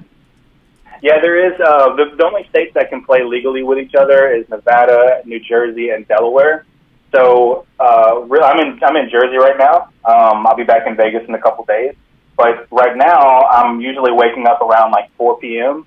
and that's around noon in Vegas, and so that's kind of when people are starting to play. But it's really not until about maybe 8 o'clock at night here in Jersey, 4 o'clock in the afternoon, 3, 4, or 5 or so.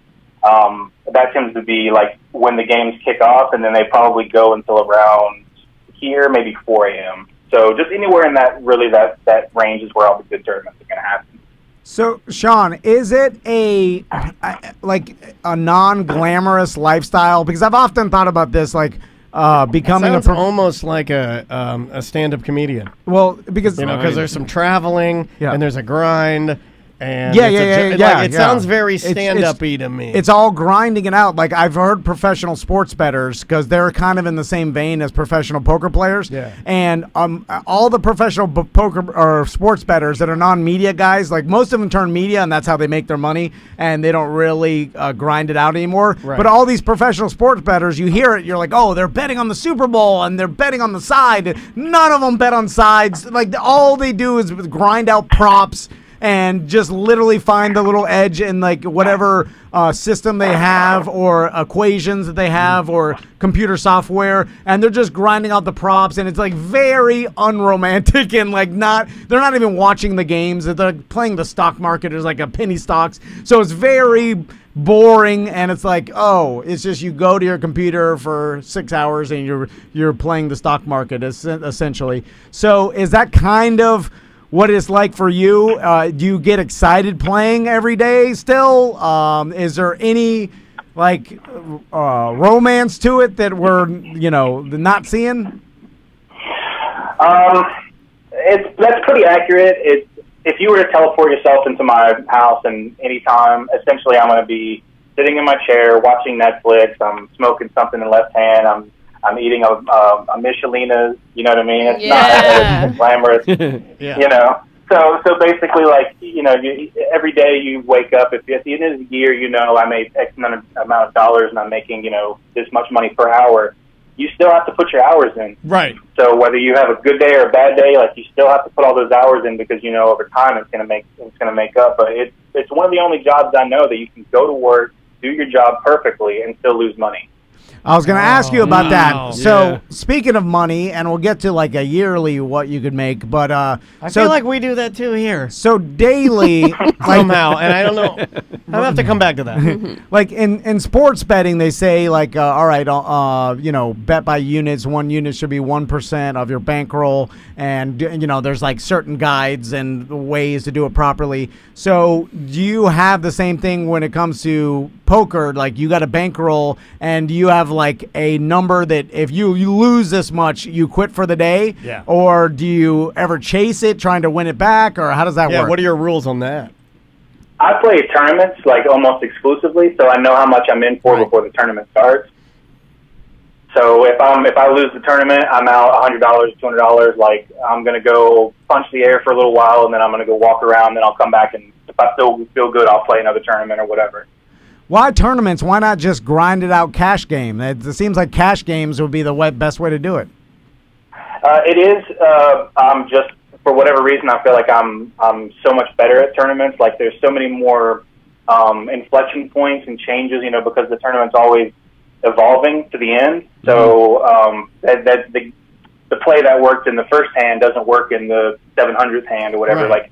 And so I think people misunderstand a lot of those, and they make a lot of mistakes just because they have played in a cash game and they see, I had ace king before, I got it all in, I lost. But when a tournament goes late into the game, there are all these different things that pop up, like where the money bubble is now. You can start to bully people around there, or all these. There's tons and tons of different things that the average poker player doesn't take into account when it comes to a tournament. That makes sense. That's what happened to me when we played the BDM one. It got to a point where I was doing okay, but people started being able to push me out of there because I didn't have enough money. Yeah, when you have a massive chip lead, the advantage so is I could see where, vast. and I guess you go where your strength is if you do want to be successful in this. So if he feels like his confidence level is more in tournament, that's where you go. So, Sean, have you ever had one massive winning day, or like what's the most amount you've ever won in a single day? Before I moved to Vegas, I won $6K on Bovada, and that was basically enough for me to pack up my bag and take a one-way flight to Vegas. And once you got to Vegas, I look at it like, well, you're the best comedian locally in Orlando, and everybody knows you. You're a big fish, a small pond, and then you're like, well, next step, LA. And then you move to LA and you realize, everybody from the country there was the best in their town is here. So now I'm around the best. So do you deal with that in Vegas where you're the best in Orlando or where, and then now you're just one of 100 guys that are as good as you? There's probably some truth to that for sure. You show up in town and thinking you're like the hometown hero. I'm going to show Vegas what it's all about. And then, I've actually moved to Vegas a number of times because it's eaten me up and spit me out. Yes, that's the truth of it, But what you want to do is, like I said, just like Tom learned, in order to win that BDM show, you just surround yourself with worse players, and it's all going to work out.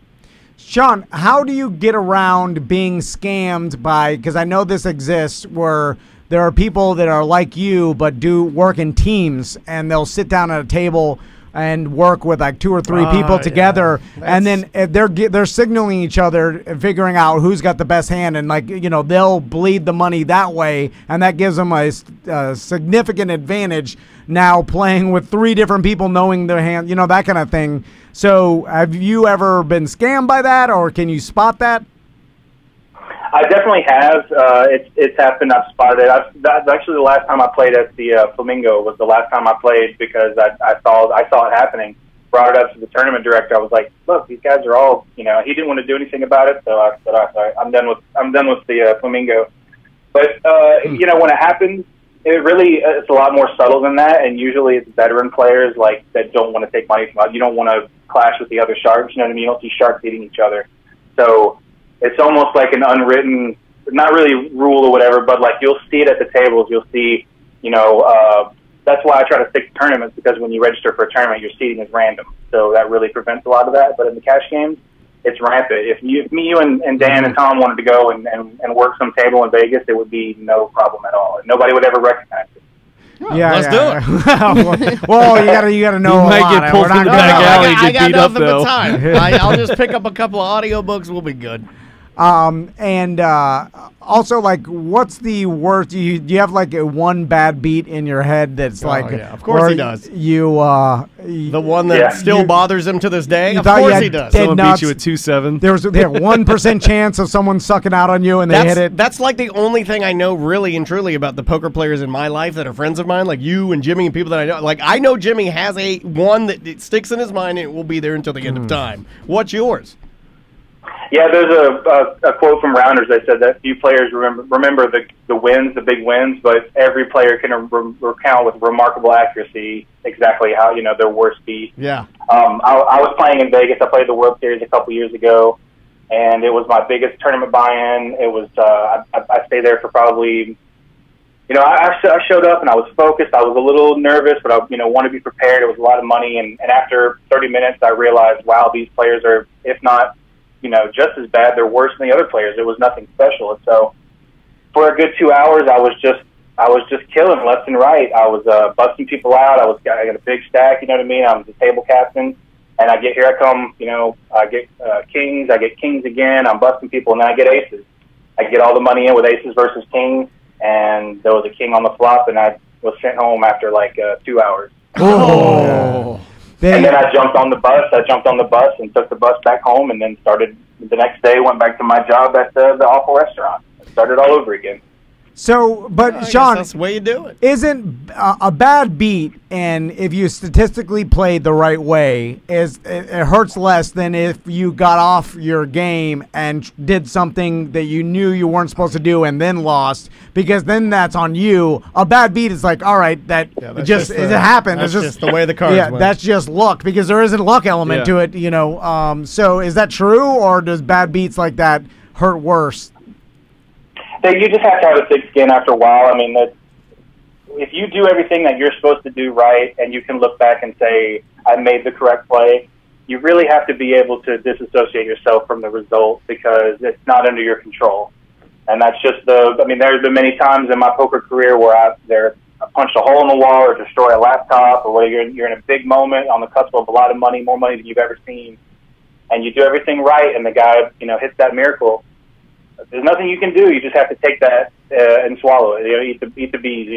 Yep. Eat the bees. So, Sean, what can someone expect to make? And we'll talk about you in particular, and then we'll talk about someone that maybe is in a higher level or whatever. If you just decided to, quit your job and then just pokerman now. Play online poker and grind it out, what could you pull in a year?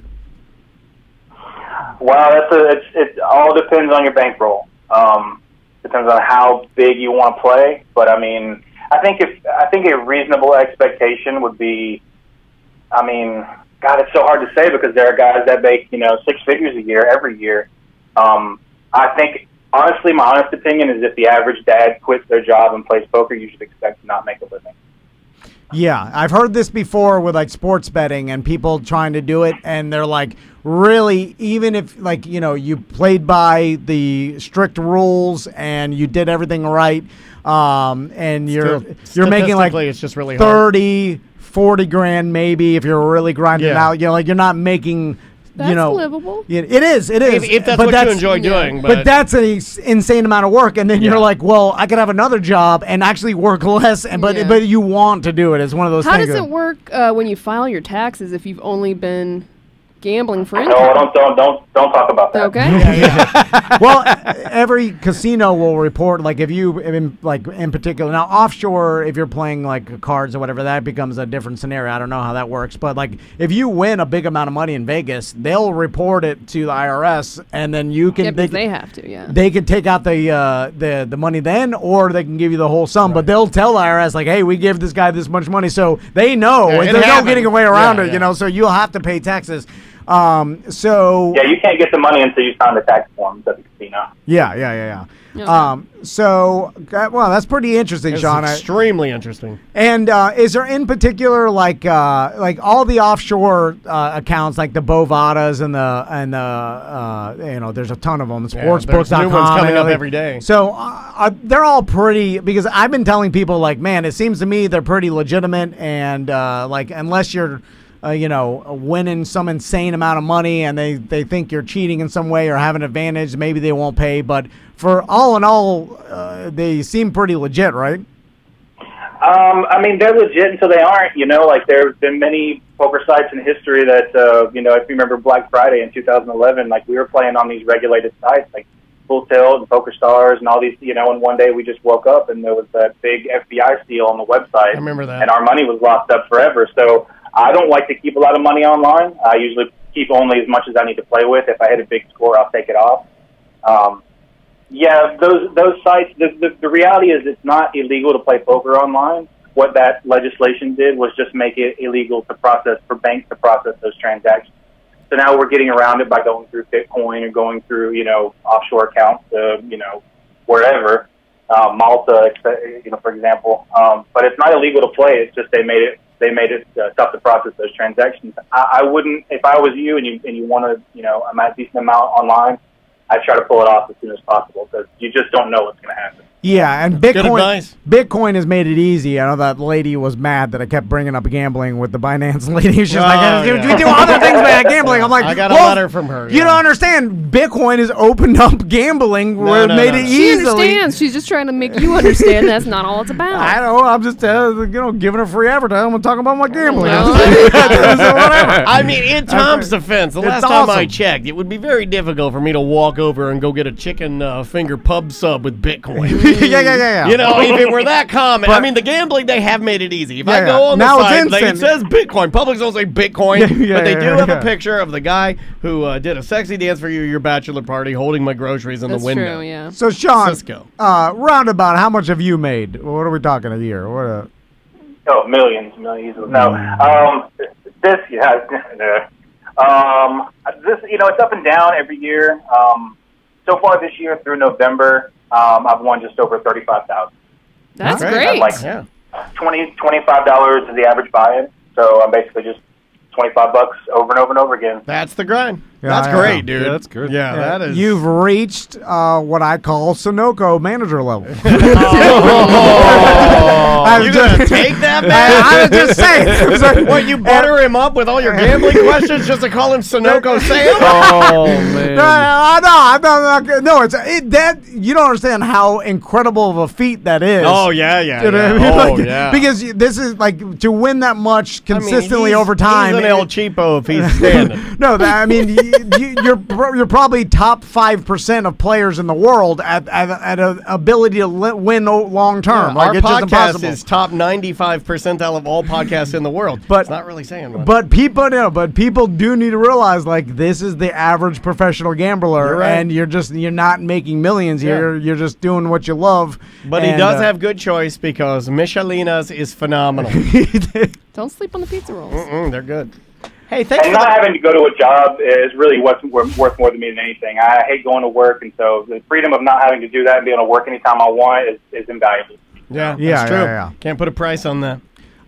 That's what I said. That's why we do all this. It's kind of like less work than you're doing, actually. It's kind of like our gambling, except when we're real bad at it, but we still succeed. I'm just talking to you about what you're doing, and that's what I do for work. Because we're easier. Shouldn't you be playing poker right now? I don't have to win or lose. It's the same. We don't know which is which. After every day, we're like, did we win or lose? I have no idea. Every day, I look at Tom. I go, what was the buy-in? He goes, your life. I go, all right, Sean. Thanks for being on Weird Job Wednesday. Hey, thanks for having me. Did I win? You won. You are the winner. All right, man. Have a great rest of your day, all right? Take care, guys. All right, man. You too. All right, see ya. What a good sport. Yeah. And he gave us some good information. It does not sound glamorous, and it sounds very hard. Yeah. It's just you wake up and then you go. I mean, that's. Do you think it's fun for him anymore? No, because now it is a job, right? I mean, and I don't mean this with anything. I mean, he sounds like he's okay with it, but he doesn't sound like maybe he loves it the way that he did. It's probably fun. I'm guessing there. I don't know him. If you win, it's like when I do sports gambling hobby. Like it's miserable a lot of the times. I'm like, so is that a job or is this an addiction? Well, I mean, Define addiction. I mean, that Diet Coke's alcohol. Yeah, that's true. Yeah. That's an addiction. I'm addicted to alcohol. All right. Yeah, if I stop, I'll die. I will die. Yeah. Right. Then they'll give me a Bud Light in the hospital, which is sad. No, it's only sad if only sad if you know full context. If you don't know full context, if I saw a picture of me sitting in a hospital bed holding a Bud Light, I'd be like, I'm the coolest member in the hospital. You're right. But if you know this man has died, it changes everything. At least give me a Bud regular. I mean, is it a can? I mean, or is it a bottle? I'm at the point where I'm about to die from not drinking alcohol. Yeah. I don't care about the 30 extra calories. Right. Is it a can? Yeah. They have Bud Light. I feel like they should have it on draft. Put it on draft. And they should ask you, sir, you're dying. Do you want? Bud Light should be glass? It's the saddest Bud Light anybody ever drink. Is the one they prescribe to you at the hospital, so you don't die. Oh, yeah. And when you're drinking it in the hospital bed, you drink it fast or slow? You savor it. For sure. Do you? I think I slam it and I go, I dropped it. Do they give it to you cold? Yeah. They're like, no, that's how you got in here. You know what I like? Restaurants where if you have an ice cream and you take a bite out of it and you drop it, they'll give you a whole new ice cream. That's what I like to do, is take a huge bite and then drop it and then get a new one. Yeah. So they should do that with your Bud Lights. Yeah. Do they serve it cold? Like the Bud Light? Yeah. And no, you have to. Do they have a hospital sticker on it? like everything with marijuana. They put the sticker. I'm like, you don't need to put the sticker on it. I'm giving it to my friend. Yeah. The saddest Bud Light you'll ever drink is warm with a hospital sticker. Thomas There's Van your name patient on it. number. And they have to look at it, look at your bracelet, look at it, look at your bracelet. Then they got to put an X on your right hand. Only drink with your right hand. Yeah, then they give you like 1 or 2 a day. Like, when was your last Bud Light? I don't know. Yeah. Then you poop your pants. You're pooping. Because your organs are shutting down. It's just a reality. Then your family comes in and say goodbye to you. Yeah. Do you hide the Bud Light can? No, because then, you hold it proud. and then you look at the gaming. Because technically the hospital gave it to you as your medicine, but this is what got you in this predicament. Flip up. You do the move where, like, I'll do it right here. You do the move where you turn the tab on the top of your Bud Light, and you do the move where you flick it up like this. You do and you flick the tab off. Okay. And then you give that tab. You're like, I want you to your son. To put on his necklace. You're like, and you say to him, you're like, this is from my last Bud Light. And speaking of light, I see the light, and I want you to have this F tab. Put it on a piece of string around your neck to let other people know how many girls you fingered him. Oh, God, you cut that out.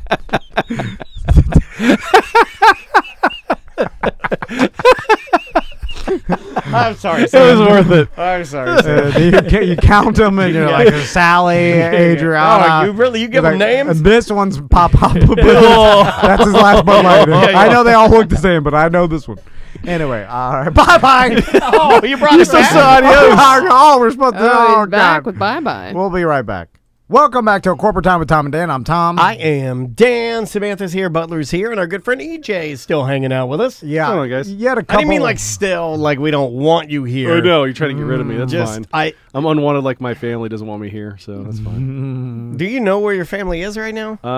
My son's at school. My daughter's at school. My wife is at my mom's house probably watching Dexter.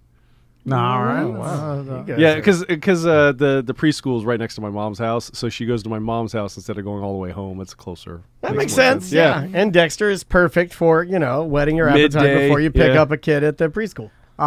So there was a couple sports stories that you had that I found pretty interesting. So let's talk about the college. The college kicker, Sarah Fuller is her name.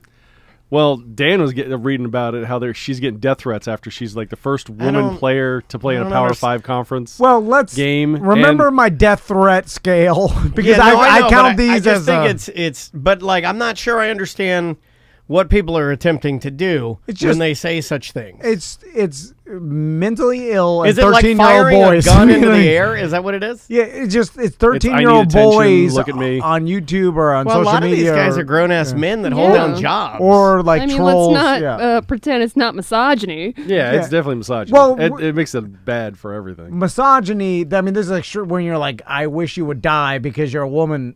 That was like, all right, well, that's mentally ill. Like, misogyny is like, I don't think she's but good I think enough to. It's extreme misogyny, but it's still. I mean, people will still think that and not have death threats and rape threats, but it's still just as bad. Yeah. True. I mean, but I feel like the death threats are more of a story for people to report on rather than real death threats. I don't believe that anybody. I believe is just stupid internet. Trolling, yeah, and for the most part, you're absolutely correct. It's just weird that people go instantly there. You know, like I actually thought I didn't do the follow up. Like I didn't investigate it, and I'm not a college football guy. That's the only reason. Had she been playing for my Falcons, I would have read the article, and and I have no problem with it. It's all about can she do a decent job. They should do her job, yeah. But what I find the funny part of this, or if you even want to call it that, is I've never understood why you would berate somebody and hate on somebody who is really just doing your team a favor because they're too they give her dumb a huge opportunity not to take. Yeah. Why would you not take your team is so stupid that they didn't do things right, and you want to blame her?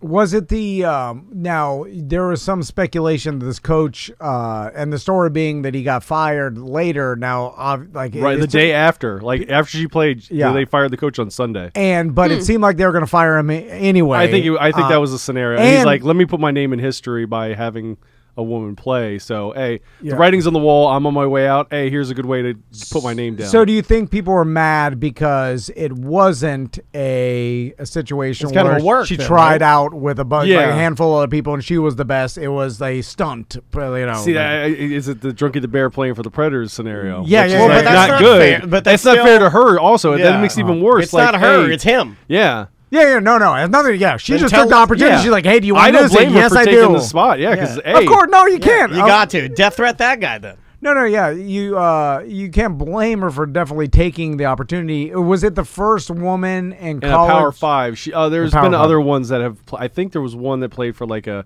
Division II school back in the day. She was a kicker, and I think she did kick a field goal.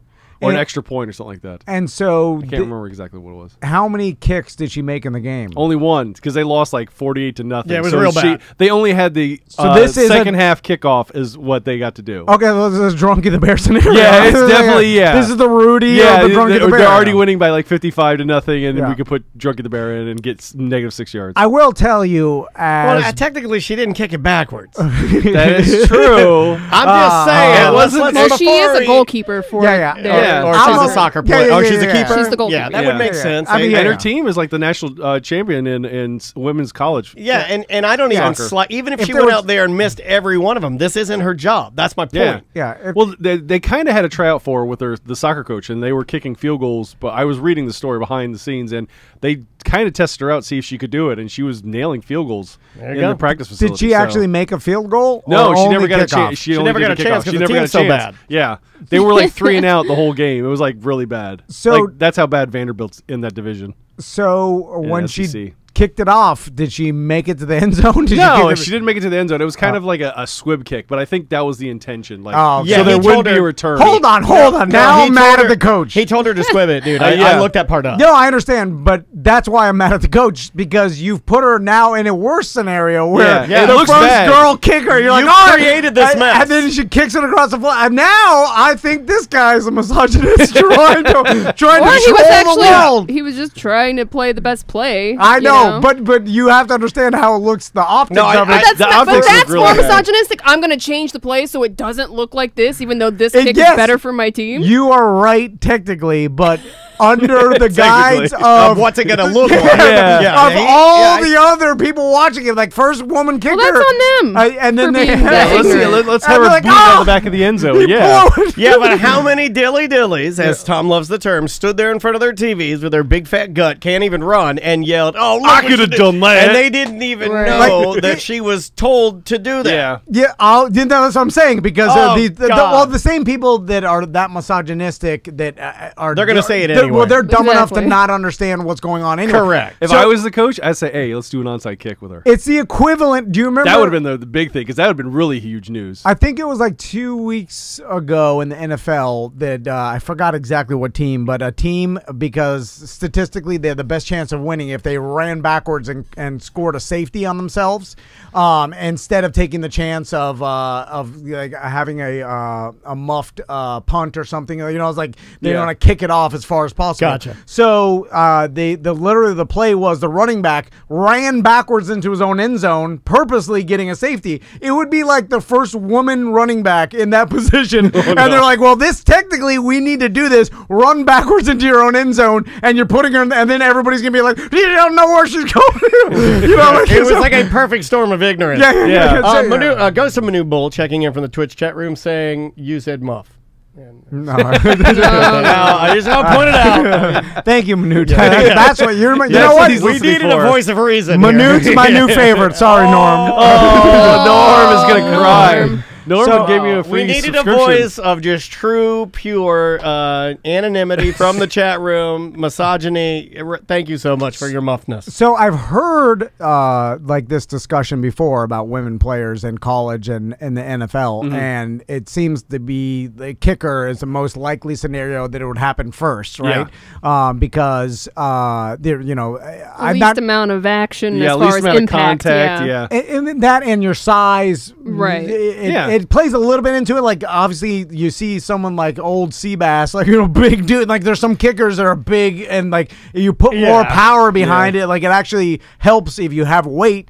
But I think a female kicker I think she could put it out of the back of the end zone. I think she could. You know, equivalent. Now, maybe if you're talking like a 62-yard where you really need some weight and some, like, you know, but as far as accuracy, if you're trying to hit between like 45 every time, I mean, look at NFL kickers. I mean, they're not even getting, you know, a lot of them are bad. The equation can be different for everybody because your body size and style and mechanics will all be different. Yep. So it really comes down to sort of like your leg as a golf swing. There are people that are teeny tiny, you know, that can, you know, really have a ton of power because they're just so efficient. True. And then there are some kickers that you look at him and you're like, that's a big boy. And he is. And he can kick it really far. So there's some physics behind size and stuff. But I think that it could be possible if you find the right woman. For sure. And she trained in soccer and then maybe made the transition because most high school athletes, that's what they do. They have a soccer player and then, hey, we need a kicker for our football team. Can you try out? That's usually the scenario. Yeah. It's the same thing. That's what they did in college. But now she, though, to give her credit, she was a professional or not college soccer player, so she was probably kicked. She's a national. She was a goalkeeper, so of course she's used to booting the ball far. So. But it is a different. I mean, it's not her job. Yeah. So it's like I give her credit for even being able to kick a football efficiently. Yeah. But also take the credit away from the coach for making her kick a squib kick and her one time. Like, just let her boot it as far as let her try to put it out of the back. You're already losing. I see what you're saying. I do see what you're saying. Let her show off. Yeah, show what you can honestly do without me trying to do a Bobby Bowden, the old flea flicker. She kicked between the uprights from the kickoff mark. Would she be can huge. kick it just as well as a man. But now you put her in position like, oh, she kicked it across the floor. Because it didn't look good. It didn't look good. All you're doing is firing the coach the next day looks even worse. And all you're doing is enabling all the dilly dads standing there patting their big fat belly. They can't even barely walk without a knee brace on. And they're booing this girl who is doing a darn fine job. Yeah. But I know that players from, you know, this is coming from Drunky the Bear. I don't know if you do that. The other players don't appreciate. Know what's happening. Are you going to do a top five? They don't appreciate any time that you interject any sort of clownery into their game, especially when they worked all their whole life to get the position. And they were 0-8 for the year, so it's like it's already bad in the locker room. I've always found it odd people that can't read say no clowning. That's right. You know, it's like everybody. Excuse me, he said no clownery. Clownery. No clownery up in this dance room. I'm sure. If I have another daughter, Frank Gore for that reason. If I have another daughter, I don't do promises very often. Dan Dennis promise. I will name her Clownery Dennis. Yeah. And Clownery Lucille. You know, and then you got I'm sure the people making the argument, well, she didn't earn her position legitimately. She was given this chance. Yeah, so she did. Technically, she earned her position like most women earn their position. Men are really stupid, and they got COVID, and then she earned her position. There you go. Well, and he could have picked another right? Yeah, they could have probably made one of That's the other probably, players do it. I think, why it's getting the most. Did other people try out? Yeah. Well, I don't think there was a tryout. There was no tryout. No, and you have to like be eligible. He said, there kind of was. It's probably part of the rules because she's already eligible. Because you have to you have to be underneath their blanket. Yeah, because I was at Miami and I didn't get to go sit on the sidelines for the Penn State game for my freshman year because I didn't clear the clearinghouse yet. So you have to know pass. What that means. Well, NCAA has to sanction you that you're an amateur. And when that happens, it takes a couple days for the paperwork to go through. I heard since EJ she's already went straight for the Penn State showers, and you just camped out in there, hoping and praying that for some rhythmic slapping. The coach could have picked a male soccer player. Yeah, probably a male soccer player, or Jason Whitman. I forgot who I just looked up. Who's a sports commentator? Said basically kind of questioned that, and he's getting dragged on Twitter. Oh yeah, even, for sure. But believe me, even me saying this, people are like that a-hole. That's kind of why I was like, were there no tryouts? Because it's like, well, if she was the best one at the tryouts, of then course, who cares? Yeah, it seems as if there's more to the story, and it seems as if the coach probably. I think EJ's right. He probably could have done a tryout. He didn't do it. He went with the girl. He knew he was on his way out. He saw that he thought he could do something good. But he still, his ego wouldn't allow him to like fully let. We just kind of explained. It's a mess. He wanted to, hey, I'll, be the coach that lets the first woman in history play. It's a Blazing Saddles, and then I'll make her look stupid. Oh my God! What if that was the whole plan? That's what I'm saying. That's what Tom's saying. I've been trying to show you. Giant troll. You think on purpose he is bringing women down a peg? Okay, Tom isn't saying he's guaranteeing that. Tom is saying that there could be somebody that would be willing to do that. That's what's happening here. Okay, but yes, I understand. We got through to her. EJ knows the rules of football, and I understand the rules of football.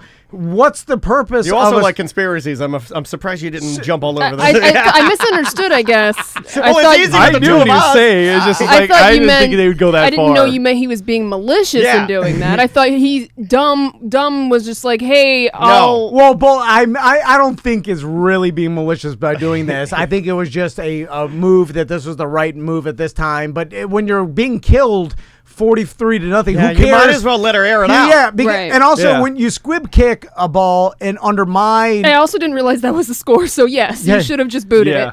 Just let her put it at the back of the end zone. Make it look really good. That's what I would have done. Put the gas on it and see what you can do. Because because the nerves. I don't even understand why squib kicking in that position is even statistically the right thing to do. Because in my understanding of like the time you should squib kick a ball is when there's little time left, and you want some of the time to run, and you don't want to run back, or you don't want to kick it into a touchback. You don't even want to give the other team an opportunity to get the ball again in a possession. So you squib kick it, fair catch it, and you have the guy. And you just maintain it where it is. Yeah, and you run 5 seconds or 6 seconds off the clock. So why would you even do that in a scenario where you're down 45-0? Like, unless you just wanted to end the game, let her kick the ball. Now I think you made Samantha mad because I hear her typing over there. She's typing fast. Because if she does kick it off and they do return it, they're down a person in his mind probably because it's a woman and she's not going to be able to tackle. I've seen usually the kicker can't tackle anyway. I wasn't going to say that. Our kicker, Todd Severs, could tackle though. I wasn't going to say that. Yeah. I'm just saying that that's his mind frame is what I'm saying. Have you seen not mine. Phillip Rivers try to tackle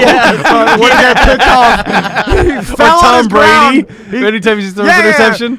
Old man fell on the ground and then you got a DB who's 10, 15 years younger than him, and then he's trying to swat at their legs with his tiny Phillip Rivers arm. Oh, the best one is Michael Thomas when he ran the other direction. It was like being a lead blocker. That one was Do you remember that one? Yeah, that was hilarious. I fell off the electric skateboard a couple nights ago, and when I fell, you could hear my entire body land, and my belly went.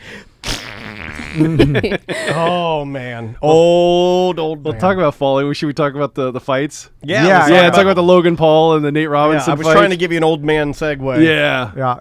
The whole Nate Robinson challenge everyone's doing now. Have you seen all those? Yes. No. What is that? They are ridiculous. I mean, I guess. Did any of you guys have the balls to get into the ring and fight on a worldwide stage? I mean, yeah, the guy didn't look good, but he's not a boxer. Neither is Logan Paul. I guess now he technically is. Yeah. He boxes a lot and he trains a lot. I'm on only for this past year he's been doing it. But it's his thing now. I wasn't even aware that fight was going on.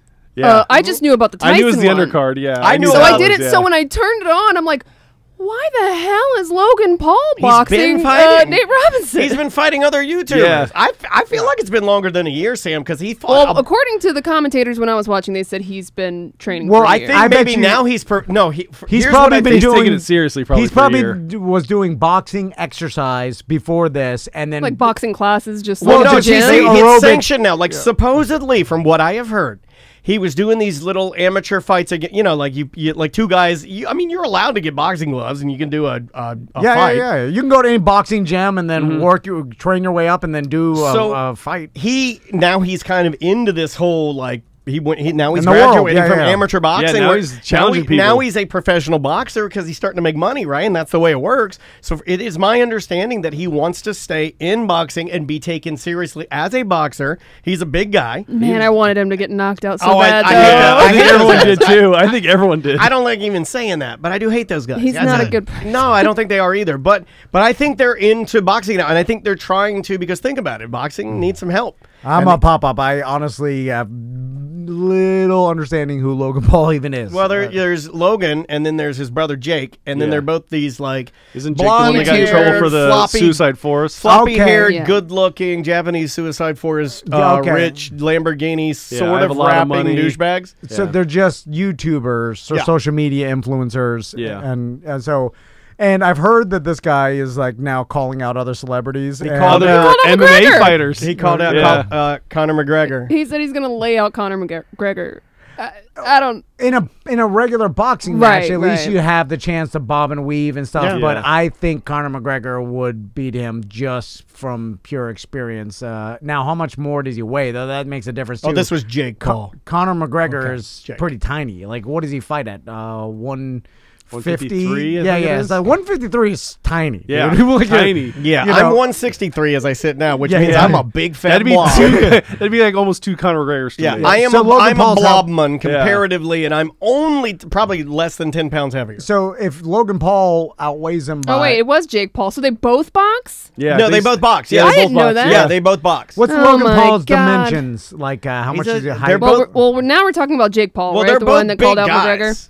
They're fought Nate Robinson. They're 6+, I think, both of them. Okay, well, now you got a tremendous advantage. So I'd honestly put my money on that just from the height advantage and the weight advantage. You take him over Conor McGregor? They look like they have good genetics. I mean, they're big guys. I think Conor McGregor, how tall is he? He's like 5'8"? He's like 5'5", maybe? No, I don't think he's 5'5". That's small. Jake Paul is 6'1". Okay. He's got a 76-inch reach. Yeah, that's a big reach compared to So honestly, we should call Jesse one day. His nickname is the Problem Child. The skill level, man, if you roll your eyes anymore, it's gonna knock your pink hair out. You got to be careful. You're about to lose your eyeball. If you have 6-7 inches on someone or whatever that is, and 30-40 pounds, yeah, Conor McGregor's only 5'9". You can't get in on him. You'll never be able to get inside. Well, yeah. You can just jab and keep him away and stuff, and the likelihood... You got to be super squirrely and fast. Yeah. Right? The height and weight difference makes a huge difference. How do these guys handle the intense amount...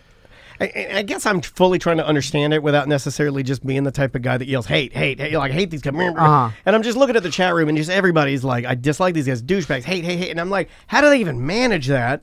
That's what they do. That's their job. God, it's one of those things where like, if they have haters, that means they're successful. And people will watch it, but even if they hate him, they'll hate watch it. Yeah, it's a Howard Stern. Like, people that hate him watch him longer than the people that liked him. Yeah, I mean... But I never... Okay, yeah, maybe that's a generational thing again. But I'm officially old because I loved Howard Stern. Howard Stern was before us. Yeah, but I only watch things I really like. Yeah, but people are different. It's wrestling. It's wrestling. I watch that because I like it. I don't watch it because for being hated. I hate it.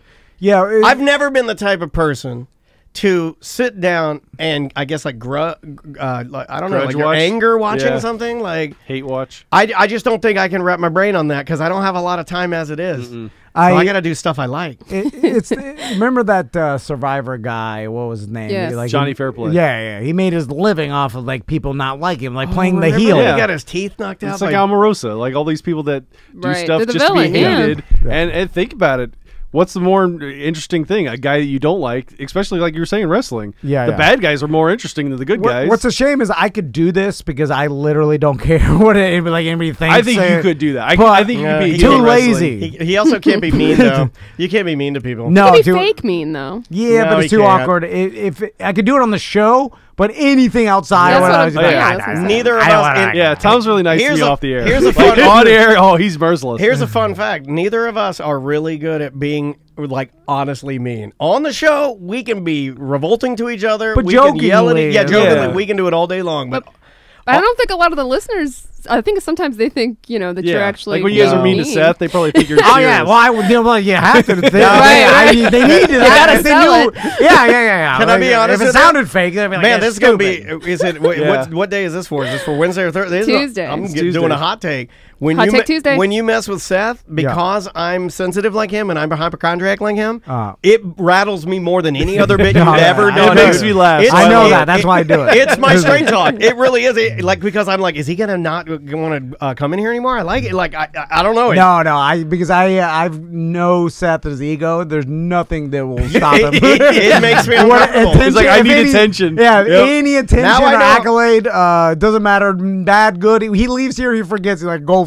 Now it I doesn't know. matter. He drives his car. He got a big thermos. You're bullying him now with CT and Goes to a everything. 22-year-old girlfriend. He don't care. Immediately you can go right. Yeah. Plus, there's a little punchiness in there that his memory's not the best. Now I know how you feel when I start talking about sex on the show, and you go, no, Too far. Too far. Oh, by the way, Maisie crawled in my car last night and found the purple pleasurizer? No. Oh no. Okay, Fairvilla came in yesterday, and they missed gave that. me a hand poured. This gentleman's local. There's an Orlando artist who makes hand poured premium Is that the tentacle one? silicone dilders, and my daughter found it, and I just let her have it. God. It's purple. I'm just like, it's a fairy wand. I'm just like, Yeah, run. Yeah, but then she's gonna bring it for show and tell or something. Just Yeah. clip That's Andrew's problem. Clip the I tip figure off. I'm not- You can't tell. I figure I'm not gonna be here much longer, so I'm just letting everything go. But yeah. The front of it is a dead giveaway. Get rid of that. So, let's talk about the Tyson fight. Well, because- Well, let's talk about the whole thing, right? Yeah, They were it's having so rappers in between the fights, which they I were- thought was odd. Were they doing, like, but, people but then again, I songs don't watch each? boxing. Not so I is only- that heard normal? they love Snoop Dogg. Well, Snoop Dogg was great. That was the Snoop only Dogg good was great. part. He was Snoop- cursing during his commentary, which is fantastic. Smoking a blunt. Snoop was fantastic. The rappers went on too long. Give them one song, get them off. Yeah. Yeah, But the thing is, you got to let the guys warm up in the back, and I understand why they went long on that stuff.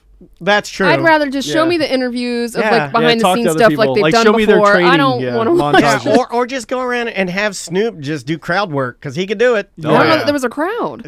Well, but I mean, like to the people that are there, just have him talk. Because Yeah, he was the best part of the night. I heard from people that I didn't watch the whole thing. I saw clips and Man, stuff. he's got a career in that, and I wish somebody had the balls. Hilarious. A channel, and I don't even know how. I think this is what Tyson wants to do. These kind of like exhibitions / celebrity Spectacles, yeah. spectacles. Well, but it will work. Remember when Dennis Miller went to Monday Night Football, and there were some people that had really high hopes for it, but it flopped horribly. But Yeah. I'm telling you right now, if you can find somebody like a Snoop that can give you a little bit of, but because he has knowledge. Yes, he does. Yeah. That's the difference in Snoop, and I'm not saying Dennis Miller. Like I'm sure he has a certain level of NFL football You knowledge. need a IQ. full- you But need man, a pure fan. when yeah. Snoop was doing it, like it felt. Didn't you guys agree? It felt sort of seamless. Like I was like, man, Oh, I think absolutely. this is your job. Like Yeah. I would watch you every sporting event you too. call. because he likes boxing, right? He Yeah. likes all sports. Yeah, he's. You know into who he everything. remind me of? Who's just a. There's some guys that are just naturals for this. It's like Tony Romo. You know how good. I was gonna say Tony Romo, but better personality. Yeah, Tony Romo's just like you listen to him. You're Tony like Romo's throwing me off. So yeah. good. What was that? Boomer? Are you talking about Boomer Sinus or Boomer as in? Doesn't he look and sound different? Is that just me? Like his face got wider and flatter. Oh, I didn't notice. And his hair's curlier, and his voice is gravelier. Nobody else noticed that. I'm It's usually freaking me well, out. I'm normally just Thought it was like cooking. a replacement Tony Romo. I'm normally just listening because I'm cooking or doing something. I'm not really eagle they eyeing Avril it. I'll have Lavigne to, I'll That's have what to I'm look thinking. and see if he's Paul's dead. Do they replace him with a fake Tony? That's what I'm thinking. You also you get a little older, you get a little wider, and Yeah, I know about that. You talk for a living, your voice gets a little graveler. Mine has changed. Lynch. I went back and listened to our first show. Oh yeah, you guys sound totally different. I've gone like an octave down just from abuse. Plus, all those NFL football quarterbacks, they're screaming all the time. So I'm sure their voice has gone through some abuse. You're calling up who's the mic and who's the safety and with hot route. With the Tyson fight, I talked about this a little bit on the BDM show, but what I found a little bit sketchy and interesting is the DraftKings and the fact that they were taking bets on this exhibition fight, which before the fight even came out, they ruled that there was going to be no official winner, and the celebrity judges were going to pick a I think they in quotation marks like a best performance of the night. Something garbage. It was But you know what's funny is that I didn't know that going in, because again, I'm watching this from a Reddit stream that's I'm stealing it, and I'm watching it on my phone next to my wife, who's not doesn't care, right?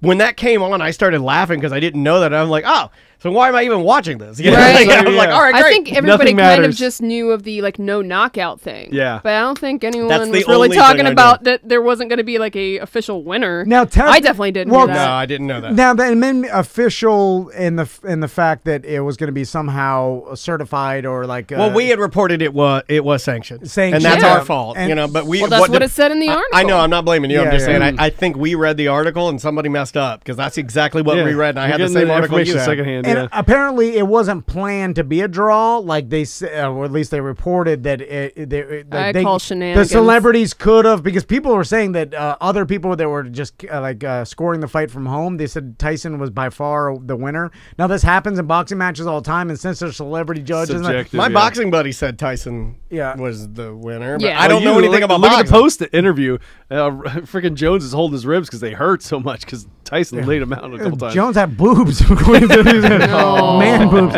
and he was gassed. I heard, he was definitely in less shape than Tyson was. They both puffed a little more than you're used to seeing them. And then Tyson reported that he was high at the time. Although people are looking at it like people are remembering back when they smoked too much weed in college and then couldn't get off their couch. They're like, oh, I can't believe he boxed like that. Tyson's been smoking weed every single day of his life for 25 plus years. Have you seen that story about Marshawn Lynch saying he was drinking Hennessy before games? Oh, really? Yeah, that just came out this week because they were talking about him delivering turkeys for Thanksgiving, and they had a side interview. He's like, "Yeah, I used to drink Hennessy before games." I was like, "Oh my god, that's hard," because he said the game that he ran over the monster run that he's known for, that Marshawn Lynch. He's like, "I was drinking Hennessy before that game." Really? Yeah. It used to work for the Mark Merrow boot camp.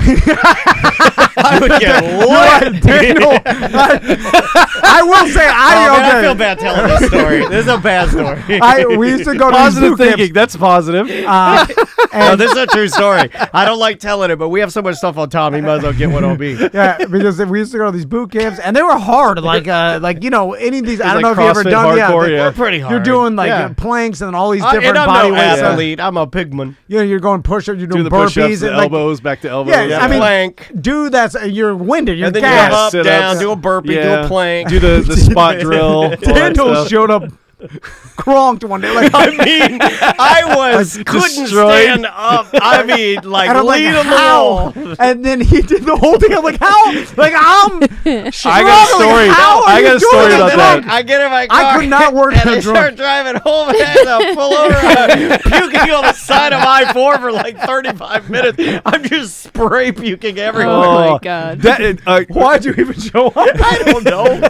At Miami, because I'm stupid like you. He's drunk. At Miami, my freshman year. That was probably the day you're like, I need to start a business with this guy. He's got the goods. My freshman year at Miami, I knew I was not at the level of these athletes I was there, because I was getting enough sleep, I was eating right, I was drinking lots of water, getting my rest. These guys came from South Beach the night before. They still were out from the night before at 7 a.m. workworkouts and were blowing me out the water in the workouts. Yeah. And it was like Bryant McKinney, Vernon Carey, Andre...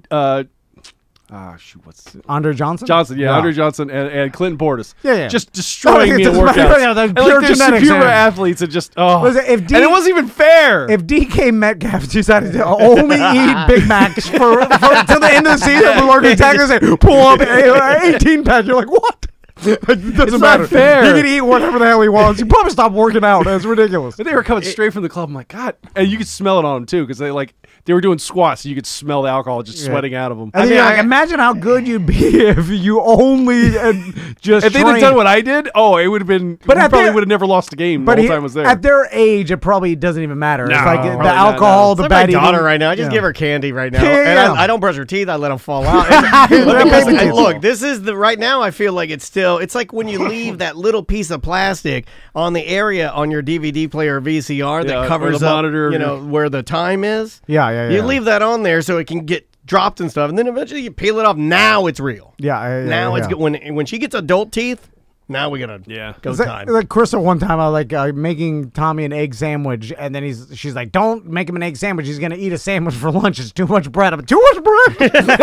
It's not EJ. He's like, counting carbs. Wait, was it Tommy or Max? Because one of them could use the carbs, and one of them Tommy. But I was like, it doesn't matter. Yeah, he needs the bread. At these age, they're burning everything. You eat a loaf of bread, doesn't matter. It's like a middle-aged mom. Like Andrea asked, we got advent calendar this morning, and Andrea or Maisie opened it up. It's the one we got from Holobox. By the way, it's amazing because it's filled with delicious chocolate. I did the same thing. Yeah. And Maisie opens it up, and Andrea's like, no, you'll have to save that for later. I'm like, it's a tiny square of chocolate. Yeah. She burned that doing 15 cartwheels this morning. Yeah, of course it's the same thing. She's like, should we give him chocolate before school? I'm like, of course. Like, you want to give it to You want to give it to him before they go see the stranger. No, they're home. I got to deal with it. I don't want to. Exactly. Andrea's like, do we give him chocolate? I'm like, we're American, right? Give her the goddamn chocolate. Chocolate milk. Do your kids go crazy right before bedtime? Oh my God! 8 o'clock. We put our kids to bed at 9 o'clock. You want to know my new? Okay, I'm about to ruin your life, Tom. Hold on. Don't ask me about bedtime. They're still talking. There is no bedtime. I'm like, it's 9:15. Goddamn it! Dehydrated.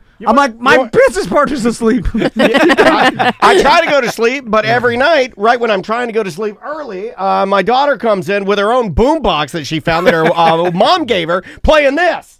See if it plays. Burgers. Jingle burgers on the burger tree. Burgers. Jingle burgers, I kind of like this. Burgers. If you're very lucky, you better believe you'll have jingle burgers on your jingle burger tree. Kind of want a jingle burger. I kind of like that. I hate you guys so much. Yeah, no, I hate it too. Believe me, I'm with you because I have to listen to the Harry same Grips garbage. Jingle Burgers. Daddy, can I hear Jingle Burgers? Daddy, can I? And then Santa's like, ho, ho, What the ho. hell I is a want Jingle Burgers Burger? to go. My sons are still on Jingle Farts, and then Oh, my daughter says "barted" instead of "farted." It's so cute. Let's talk more about our kids. I did the studies. Hold on, I can hear the ratings going up. I also talk about my son going to karate today, not Seth's gym. Where'd you take him? You taking him to the old Kmart? I think it's off of Hoffner and Conway. It's Zubas. It's right next to a Publix, so it's kind of. You're gonna learn. I go in there and get some real, chicken. made in the USA karate. Oh yeah, Bill Simmons is definitely there. There's a Tacos El Rancho right next door. Get you some tacos. Yeah, I know exactly where you're gonna be. It's in a taco strip mall. it's right next to it. Yeah, Yeah, there's a Publix. Publix and a McDonald's. Kid comes home smelling like You see a salsa Shogun in verde. there? Across the street is How much can you make money doing that? No. Like, okay, but It's a Do a dream. karate gym? What Yeah. are they charge? What do you pay? I think it's like $139 a month. So it's not too bad. so- And he has 2 classes. He does karate and jiu-jitsu. But Oh my God. But okay, so Tried to put me in armbar. I had to sit on him. so He's that's in what 2 different styles, 2 different disciplines. so that's what a landscaper would charge you a month for landscaping. So And he's getting the exercise that he needs, and he gets the energy out that he most of the time. So usually he's a little bit better at home now. I can't complain. My daughter's in 2 dance classes. She's in you need to she's give him in something to do. standard dance, and now she's in a new tumbling. Oh yeah, class. no, yeah, tumbling. yeah. I need to get my sons into something. Get something organized. They definitely need that for sure. Don't tell him what to do. I ask them what they want. He and said they don't yesterday he know. wants to buy a communal bed for the whole family. Oh, I heard about. I was listening to that last night while I was playing Pokemon. Yeah, you want that Alaskan king bed, right? Yeah, the yeah, one's like 9 9 feet across. I think I get Andrea on board. Because I told her I liked the your size idea. Of this room. There's no way you're gonna fit that in your house. I told Andrea I like the idea of a much bigger bed so we can all kind of snuggle. And I think I might have her on board. Yeah, but you're in a queen now. No, so I'm you working can to go a king. I know. I'm you're working gonna like get a king for sure. Yeah, I think I can get a king. She ain't gonna let me get the Florida I king. have a king, and I think it's too big. Too big. No, I love And that. you're Tolly. Yeah. Yeah. Why? What? I like to snuggle.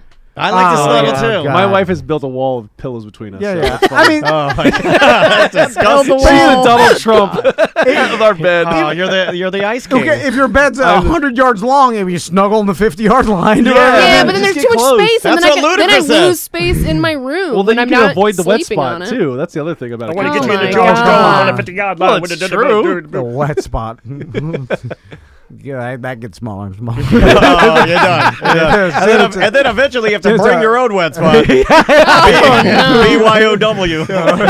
BYOW. I'm like, I found it. What's the expiration date? I'm like, I don't know. I don't need it.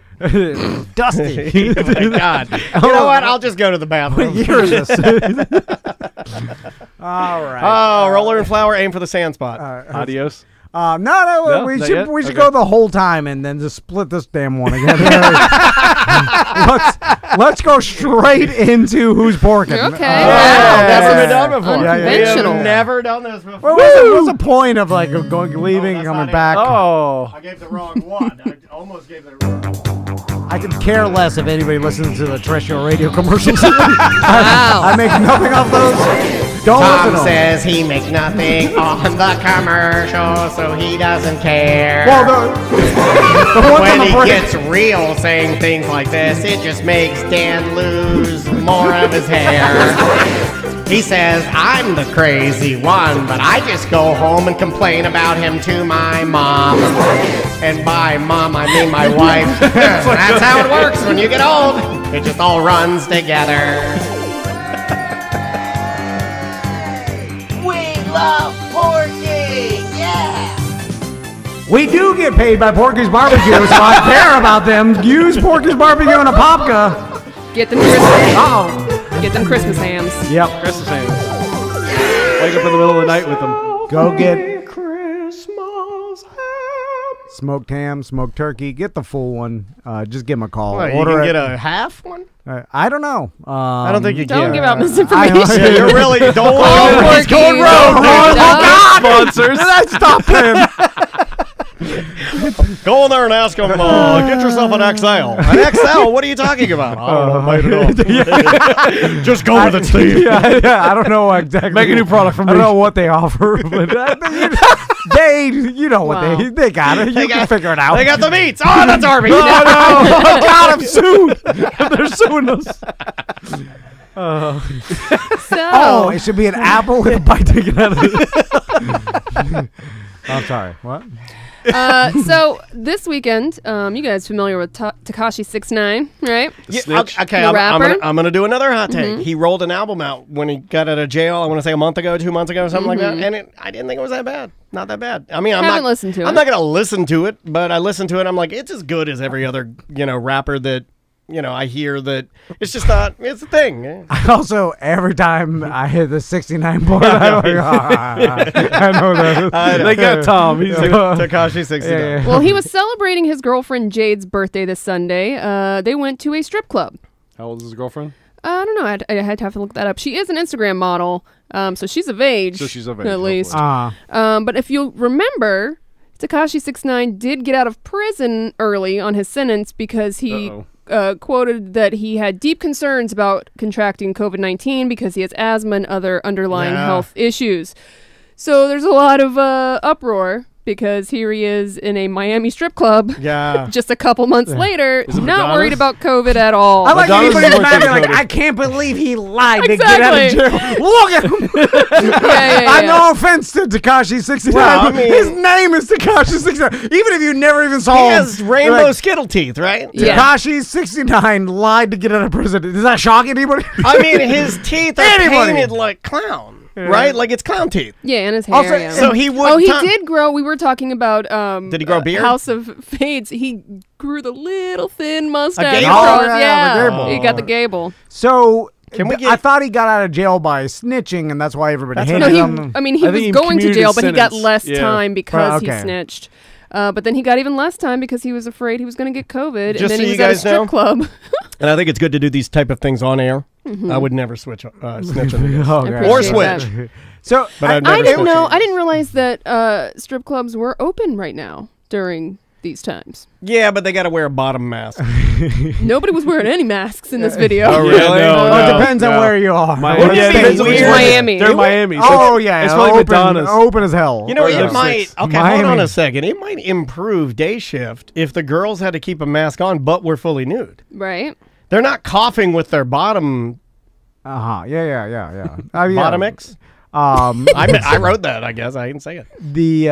So it's funny because I know that this guy somehow hated for snitching, although I have no idea who he snitched on or what. Gang members. I don't even think the guys I don't that even he know snitched what, on will know. I mean, that's all. I don't even right? know what his crime he committed to get himself There's in some jail. racketeering Was it possession involved. of like weapons? Oh, sure. There's weapons charges in there. And so They always put a whole bunch of charges to make sure they get one sticks. this guy, he made his popularity comes from social media, though, right? And not necessarily just from the music he creates. I don't know. He's got a lot of fans. I'm gonna guess Music that he first? was Okay. a SoundCloud and social media underground kind of, and then he went that way, and that's how he became But famous. he spread his popularity through social media. That's the way he I believe marketed, so, yes. rather than the traditional He is touring. No, I don't think he's a traditional. He got signed by Interscope, and now he's touring. No, Okay, gotcha.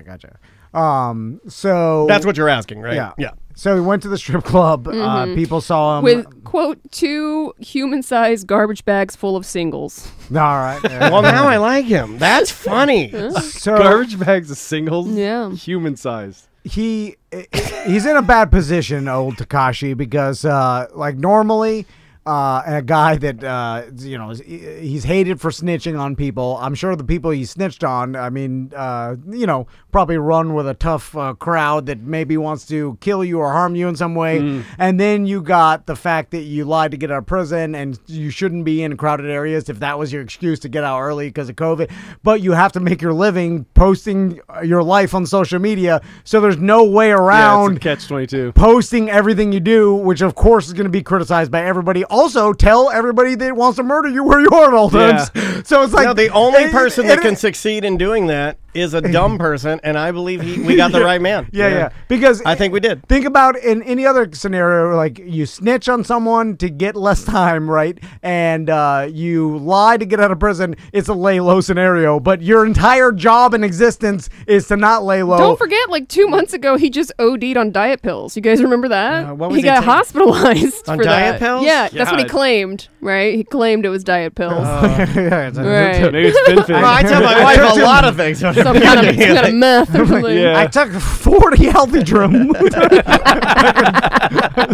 Like, what are you talking? Diet pills? They call Adderall or cocaine or Right. whatever. I cut my and Slim Fast with Yeah. Xanax. Oh, Slim Fast. I'm gonna start calling my Adderall diet pills. You should. You should. I like to pretend that it's helped my ADD, so Get down. I'm gonna go back. Yeah. So You're anyway, exactly the same. You're just thinner and more muscly. I think. Yeah. I You're don't very see it. vascular in your hands. I've been noticing. No, I that. know. Yeah, the Adderall, the diet pills. You should see how fast his blood moves through his veins. It's fast as hell. Yeah. It's taking time off the old heart clock? atomic time clock, though. Yeah. It takes some years off of. We're at Yeah, you probably 6 made minutes it to 70. doomsday, I feel like. Anybody watching the news Saved by the Bell? No. Is it good? They're into some Is there hot an- water right now It's good. about the Selena Gomez comments. What happened? They made some jokes. Oh, their jokes are... They made some jokes Dude, they about make like some- her not having a kidney and stuff, and like she almost died because she No, they go she hard. needed a kidney transplant, and people No, are it's real upset about it. They make Zach some... Moore's like, what's up with Selena Gomez's one kidney? Time out. No, pause. Doesn't he do it's- pause and go, Selena Gomez no, doesn't it's have a hard to kidney? explain. It's not Zach Morris. It's a whole new cast. They have some returning cast playing themselves. They just do like flashbacks to like kind of pop in. Zach is now the mayor or the governor of the state. Oh His son my goes, God. and they look exactly I hate alike. It's everything good. about It's it. good. What happened to it's Screech? super snarky. I don't think they brought him back. The main, I heard that he didn't The make it main back. cheerleader is transgender and is in real life. Super snarky. They're spoiled rich kids. They play spoiled rich kids, and they make fun that they're all spoiled rich kids. They mock the whole show. Isn't that kind of what Saved by the Bell was? Saved by anyway? the Bell, no, yeah. this No? is more Yeah, like Bayside High, they were all rich kids. That's Yeah, what But I thought. they never mentioned it. incorrect. Ah. They made it The only like one it that was. wasn't was like Screech, I thought. They made it like it was normal though. This is like 30 Rock meets Saved by the Bell. It's By good. the way, it was hydroxycut. Takashi. That's the OG. Make that joke. He said he was taking Yeah. too many Doesn't it hydroxy have cuts that several fentanyl in times it? a day to cut down on weight that he had gained during his prison time. I'm gonna take some hydroxycut. I'm gonna OD on it. I remember when they took. I remember there was hydroxy cuts, and people were like, "No! You can't get those hydroxy cuts. You got to get the old hydroxy cuts. The old Those are the ones that have real cocaine in them, or whatever it was." I think it was Fin. Yeah. Like fentanyl. Uh-oh, bye-bye, Fin. Welcome back to A Corporate Time with Tom and Dan. I'm Tom. I am Dan, Samantha, Butler, and EJ hanging out today. What's going on? So we were talking about The Crown a little bit in the break. Well, I just finished the latest season with the wife, and they deal with Diana and Prince Charles' relationship. And man, they make Prince Charles. That's a hard watch. Does it look bad? Yeah, and then you've to the point where you've got people that are actually in the royal family now coming out now and saying it's absolute fabrication. Oh yeah, they're like it's all fabricated. This is all, but people that are really in the know have a tendency to paint a different picture. I don't know what's real. I wasn't there, but I will say that when I watched it, they make Prince Charles look. I mean, if you're looking for a villain, like a secret villain that you want to watch in a show and not like, you will not like that man. Also, it seems like it couldn't be that far-fetched, right? Like, you know what I'm saying? Like a lot of people already didn't like him before. That's kind of my feeling. Like he comes off very spineless and spoiled, and man, he don't want anybody having their fun. Oh, just watch it. I don't want to ruin anything. But it makes sense, right? Like you're like, it makes sense. Yeah, it does. But I watched it. You know, like few people haven't. Again, I hate this word. Few people on cinema screen have triggered me more than the grandma from Coco when she smashes the guitar. Yeah. I hate that. I bring up how I get sweaty when I see it. It makes me mad. Prince Charles in The Crown this season makes me mad. I yelled at my TV at one point. So I'll tell you something. It bothers me, where it just like it repulses me or like it grosses me out or I can't watch it. It like makes me uncomfortable. Is anytime in movies, and this happened in The Crown. And I'm not sure. I was watching it halfway. When Crystal was watching, I was watching football. I was like looking up. Barely paying attention. Yeah, but there was a guy that I don't know who he is or what character, but he was chain smoking. And like he already had one lung removed, but they didn't know it was like old timey doctor. They didn't understand. They're like, you're more efficient now. You only have one. Yeah. One was lumpy. You gotta spare. You're fine. Yeah, your dance better. And I've seen this in other movies, and it always makes me uncomfortable when they have some sort of lung disease, and it's apparent that it's cancer or like emphysema or whatever it is, but they don't know it at the time, so they're just like, something's wrong. I feel like you lightheaded. I don't feel good. And they're the whole time chain smoking the entire time, and it's like you only have one lung and it's filled with cancer. Oh, the Queen, and you're chain smoking, and I'm like, it's hard to watch. Yeah, I think you're thinking the Queen's dad. Okay, that must have been yeah. Because and then in older movies they do this where like it's like what's his name from Tombstone, Doc Holliday. He's like coughing blood, still smoking. His tuberculosis. I'm like, quit smoking. It happened to my grandfather. I know. Oh my God. Yeah. He got hospitalized for emphysema and got out, kept smoking, and died. It's like, well, that's the saddest everyone thing. tried to tell him to stop. I mean, well, there's it happens to a lot of people. It's fine. It's true. Now, there's two ways to look at it. One, if it's too far gone, then I'm just like, whatever, you smoke away. Is it a real men thing? Well, that one I call the Gordon Soley. You know, the old wrestling, play-by-play wrestling guy, legendary guy. And I think he did get throat cancer, lung cancer, some sort of cancer. Yeah. And it was too far gone. And so he took the, I'm just going to be me route. Yeah. And so enjoy. You're like, agreed. I agree. I agree. There's an uncomfortability to me when they don't know and they just keep chain smoking. I'm like, back in the day, it was told it was healthy to smoke. Yeah. Norm he wants to weigh on your question of why they continue to smoke. Norm says it could be an addiction thing. I know. That's why. No, you made Norm mad. That's why Manute's my favorite now. I know they're addicted. It's just, but in these movies and The Crown and the old timey ones, they don't know that it's the smoking that is what caused them all the cancer to begin with. And I got another one, and I don't know if you've seen this movie, but I bet you couldn't watch this part. What about saving Mr. Banks? Oh yeah.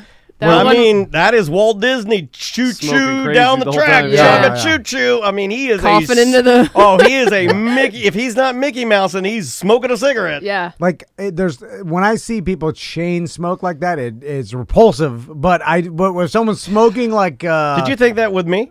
What? No, because you weren't doing it I was damn close. I'd light a cigarette off a cigarette. Plus, I think it's different when you were smoking too, though. That's true. You know what I mean? Once you quit smoking and then you see someone smoke so much, you're like, man. I'll never forget Andrea Andrea told me how disgusting it looked when I would light a cigarette off of I'd burn it down to the damn filter and then I'd light another one off of it. Yeah. Well, God! When I'm a gross person. Chain smoke, I used to smoke cigarettes, so it's not a repulse by cigarettes as much as the chain smoking when in bad health combined. No, I know what you mean. Cough and blow. I know what you mean. Can't stop, won't stop. Yeah. And it's when they don't know that it's the cigarettes that are doing it to them, and I'm like, oh man, it's hard to watch. But besides from The Crown, what other new Netflix series have been getting any sort of hype? We did, obviously Mandalorian getting hammered right now. The Queen's Crown Gambit. the Queen's Gambit. Oh, what is that? People, it's a chess. Where she plays show chess. about chess. You will like that. Believe it or not, I caught bits and pieces of that with my wife. And it's really, really, really good. Like that girl, I don't know who she is. And she like an alcoholic or like she's into drugs? I don't know. I haven't watched it yet. Yeah, I won't tell you anything about it because you're going to go into it thinking you're not going to like it, but I think you'll like it. And that's a series too, right? Yeah, it's a mini series. That one's pretty easy to watch, though. I think like that one, you can rip through that. It's kind of like old Ted Lasso. Are they producing these, or are these already in the hopper editing? Like, you know what I'm saying? Are these being filmed currently? I don't believe so. Okay, I'm sure it was done already. Yeah, I think we're actually turning and burning a lot of stuff right now, which is why we a lot of places have been saying that there's going to be some sort of great drought. That's why WandaVision is coming out before Winter Soldier and the Falcon, because they were not done with that, but they were done with WandaVision because it was mostly green screen stuff.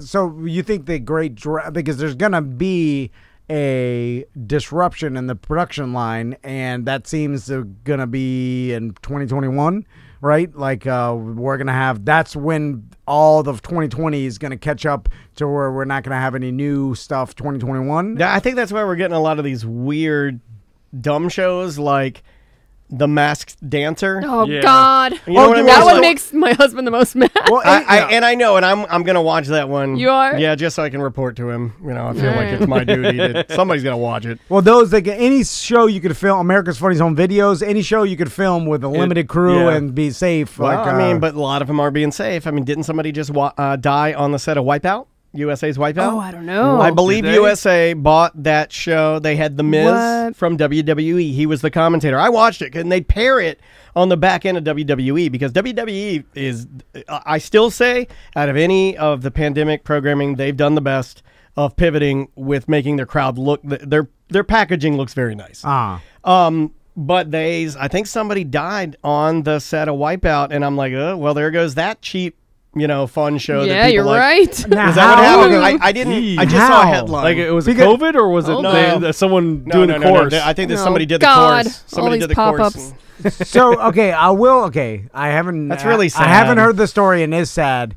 But there's two. Okay, there's two circumstances. But I'm gonna mock it. Did they die? Oh, of course, we're gonna mock it. Well, I'm not mocking it, but I'm like, if they died because they jumped on one of the big red balls and then it bounced and then somehow landed on their neck on some other obstacle, or there was some malfunction. I think you're thinking the wrong direction. Or if it's just like a bigger dad had a heart attack because he ran too fast, then I don't blame Wipeout. I'm just like, well, he had a heart attack. Maybe you might have something there. Oh, big red ball. Yeah. Because then I'm like, I don't blame. And he drowned. They have not released yet. What was a novelty? What the cause of death was. Well, everybody knows it was a punching glove on an accordion. But two people close to the production said the man had completed the course on the show set and then he needed medical attention. He was helped by on-site medical staff until paramedics arrived and took him to the hospital. Yeah, people spoke on underlying medical condition. That's not a Wipeout's fault. That's a guy didn't know he had a heart murmur or something, and the contestants do undergo a medical exam before competing. Yeah, well, I mean, but this happens in professional This sports guy too. went to a medical marijuana doctor. I think the same thing in professional sports, where like you hear someone dying playing football.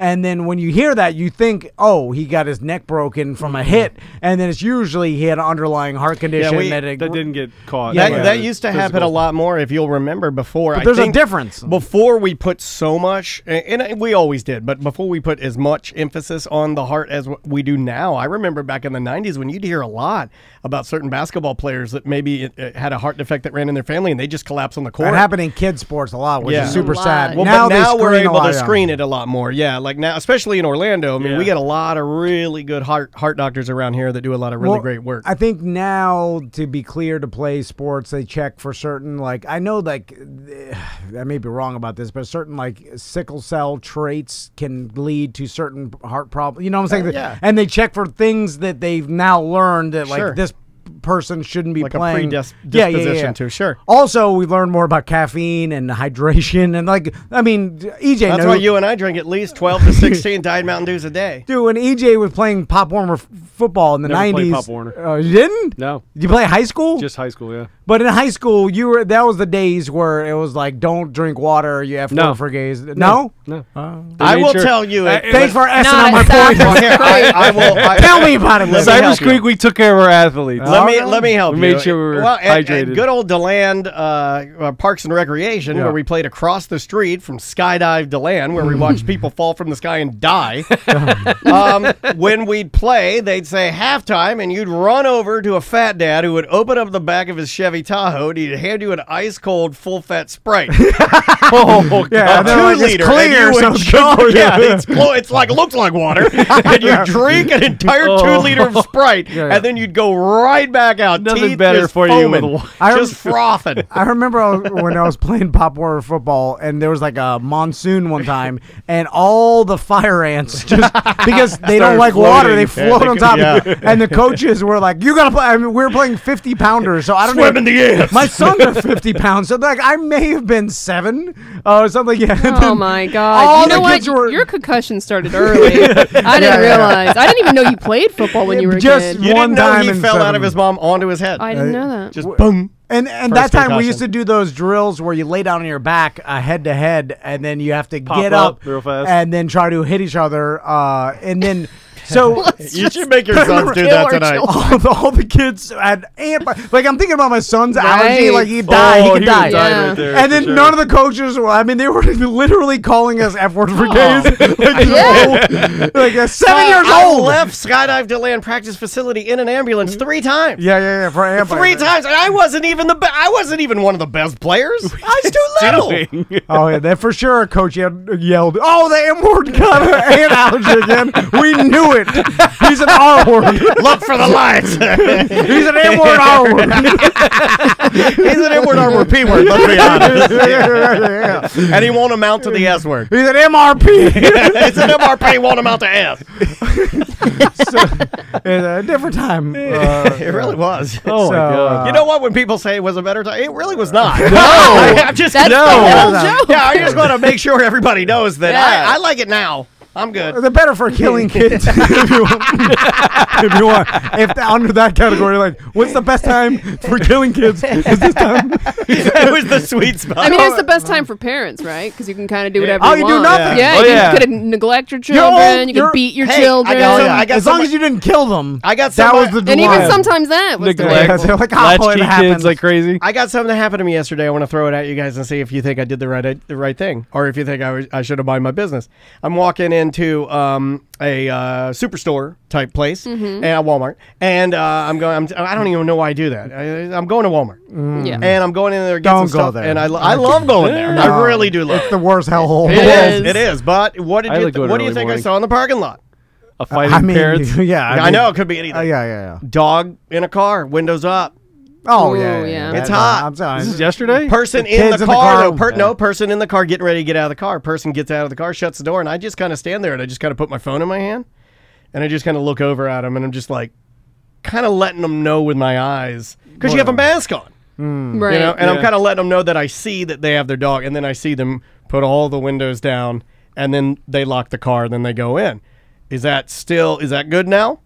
No, it's a Walmart dog. It's just the temperature was dropping. Chicken to me yesterday. It was. Yeah. I'm just saying. No. A normal floor today. No. Oh yeah, I'm going over there to break his windows. No, okay. No, even if they're down. It's Walmart. Well, you gotta roll them up and then break them. It's under different rules. It doesn't work if they're You're down. taking your Baldwin Park rules and you're applying it to Walmart rules. No, tell me I'm wrong. Yeah. Whatever happens, just leave it alone. All the atrocities, just be like, this is where it should happen. Okay, now that's what I thought. This is why I'll never go, because it's a hunk of ass. So if you're in Target parking lot, would you change your rules? Oh yeah, that's totally, you know. Well, I'm pretty sure you guys thought that I thought I was doing the right thing, and I think I did, but I second guessed it the whole time, and I think Tom's right.